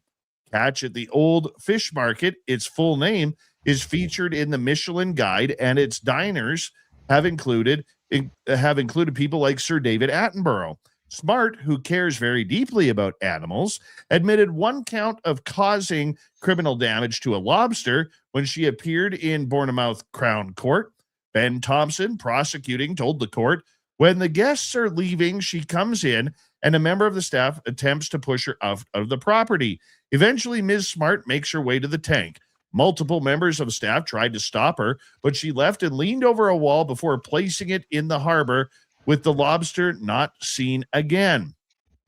Kitan Ososami, defending Smart, said she made an impulsive decision after seeing the creature in the tank. She said she cares very deeply about animals and marine welfare, and this was driving the factor behind her committing this offense. Smart, previously on now lives in Wales, was given a conditional discharge lasting 8 months. The judge also imposed a restraining order for 3 years, banning her from going within 30 feet of the restaurant or approaching staff or guests. Judge Susan Evans said, "You were determined to take the lobster from the tank and you placed it in the harbor. It was a deeply misguided thing to have done. It was not a good thing for the lobster at all. Whether or not it survived, we don't know." Smart appeared in court in 2022 over an incident at the same restaurant when she tried to speak to Sir David Attenborough, a veteran broadcaster and naturalist. She wanted him to support climate activists in prison and refused to leave when asked, shouting up the stairs where he was eating with his production team. Yeah, so if she doesn't get her way, she's going to cause havoc. That sounds like it. Your turn. It sounds like it. That's a horrible way to be. You said she's a marine biologist. You'd think that a marine biologist would have known better than that. I mean, Edward Furlong, the kid who played in T2, right? He lived in Kentucky, and there was where he tried to set the lobsters loose in his local grocery store. Right? That made about as much sense as that lady taking that lobster and putting it back into the harbor. Right? But now, Dave, here on Spaced Out, you report about everything. And archaeologists have just made a really, really cool discovery in Egypt. They have literally found the oldest cheese and wine discovered to date as of yet. 3200 BC. They haven't figured it. The jar they found this in Memphis, the ancient capital of Egypt. It was the Smithsonian, and they found the jar that was covered with a canvas fabric. It was thought to have covered the food that long ago. So when they took it, they dissolved the cheese. They haven't been able to figure out whether it was sheep or goat's milk or cow milk, but it was cheese, and the wine that was found now has been, as it said, it is the oldest wine ever found, and it was found in a bronze kettle. Both discovered in Egypt. So they were pretty bougie back then, man. They had cheese and wine. I wonder what kind of crackers they used back then, dude. You think they had charcuterie boards in ancient Egypt? I don't know, but gosh, I love a good charcuterie board. I do. I don't know why, but I do. I love the charcuterie boards. What's your favorite cheese right now, Terry? Well, now you got me on cheese. Okay, here in Oregon, we're pretty famous for Tillamook. It's very local, and I love white cheese. I've loved white cheese since I was on the East Coast. Wisconsin made some wonderful white cheddar cheese, but now Tillamook makes this extra sharp white cheese that is my absolute favorite right now. And here in the part of Oregon I live in, it's actually, we have very, very famous, like world famous wineries here. Um, and so we've got the cheese and the wine. Two things that people are really snobby about here in Oregon is wine and coffee, because you have excellent coffee here as well. Very nice. My favorite cheese right now is a smoked Gruyere. Mm-hmm. Mm-hmm. That one just, it's like it melts in your mouth. Do you get a wheel and put it on your Traeger, or do you buy it? Oh, I buy it. We got a pretty good deli here. There we go. There we go. It's hard to find. You know, like my favorite cheese overall, I love Swiss cheese. But I would say smoked Gruyere, like if I'm just having a nibble, can we use that that word nibble if we are using a charcuterie board? Oh, my son calls it cheat bites, but yeah, we can say nibble. Yeah. I like to have a nibble of the smoked Gruyere. You know? You know, I was just talking about do you put it on the smoker? So we've got the UFO festival coming up here in Oregon next month, actually. And on one of those evenings, a few of us are gonna come back from the festival and do like a CE5 event here at my house. Yes. So we're gonna be doing a barbecue that evening. And I think I'm gonna take some of that Tillamook white cheddar and smoke it. Oh, that's a good sign. You just gave me a great idea. And you know what, Dave? I've got a ton of applewood out back. So it's going to be applewood smoked Tillamook white cheddar. We're going to have to give that a shot. But you know what? I got real respect for this judge from Alabama. I mean, I do. I got real respect for the guy. He's going through a divorce. And you got 20 seconds. He's going through a divorce. He was sitting in front of the judge for the divorce, and the judge asked him why he had $100,000 buried in his backyard. And he said, "It may seem strange, but I'm from Alabama. We keep money in mattresses, mason jars, and other places, particularly when you don't get a significant rate of returns from the bank." Appreciate that. Terry Hall, everybody, with the weird news of the week. He'll be back next weekend. As we say hello to Mr. Ron Bumblefoot Thal, rocking in the background with Little Brother is watching. Bumblefoot is the official music of Spaced Out Radio, rocking us in and out of every single show. Get your horns up for the guitar god himself. Special thanks to everybody listening in at work, at home, in your cars, wherever you may be. Thank you to everyone in our chat rooms tonight. YouTube, Twitch, LGAP, Facebook, Spreaker, LinkedIn, the Space Travelers Club, and on X and hashtag Spaced Out Radio. Remember, this show is copyright by Spaced Out Radio and Bigfoot Broadcasting Limited. Thank you so much for choosing to share your evening with us, because together, my friends, We're watching. we own the night. Mr. Bumblefoot, we need a favor. We need you to take us home.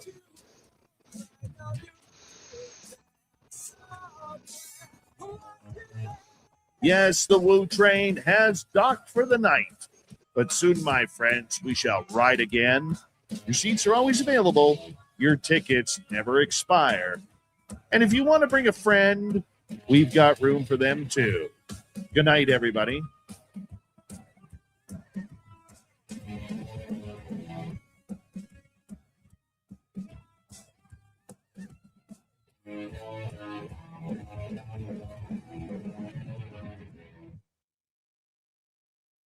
All right. Good job tonight, Terrence Hall.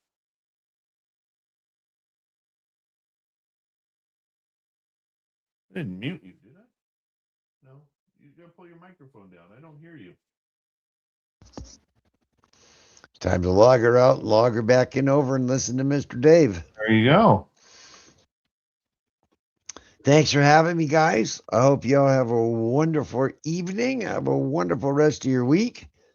And I will talk at you mañana, Bossaroni. All right, buddy. Ciao for now. Great night, too. Break a leg, yeah.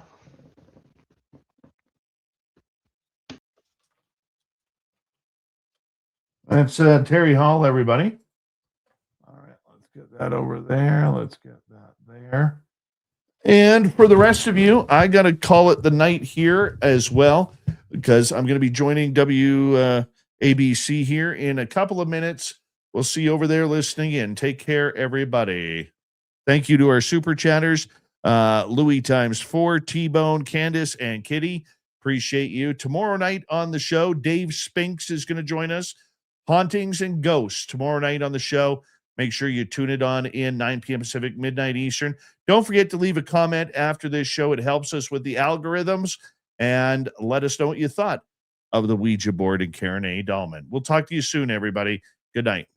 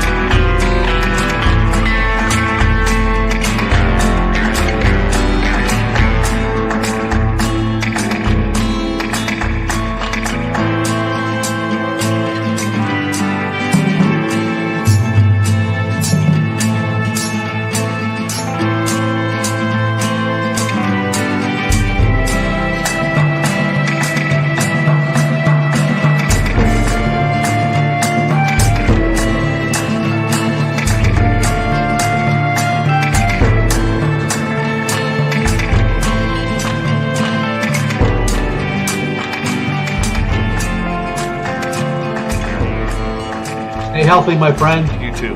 If you need bail money, give me a call. Always, Dad. Take care. You too.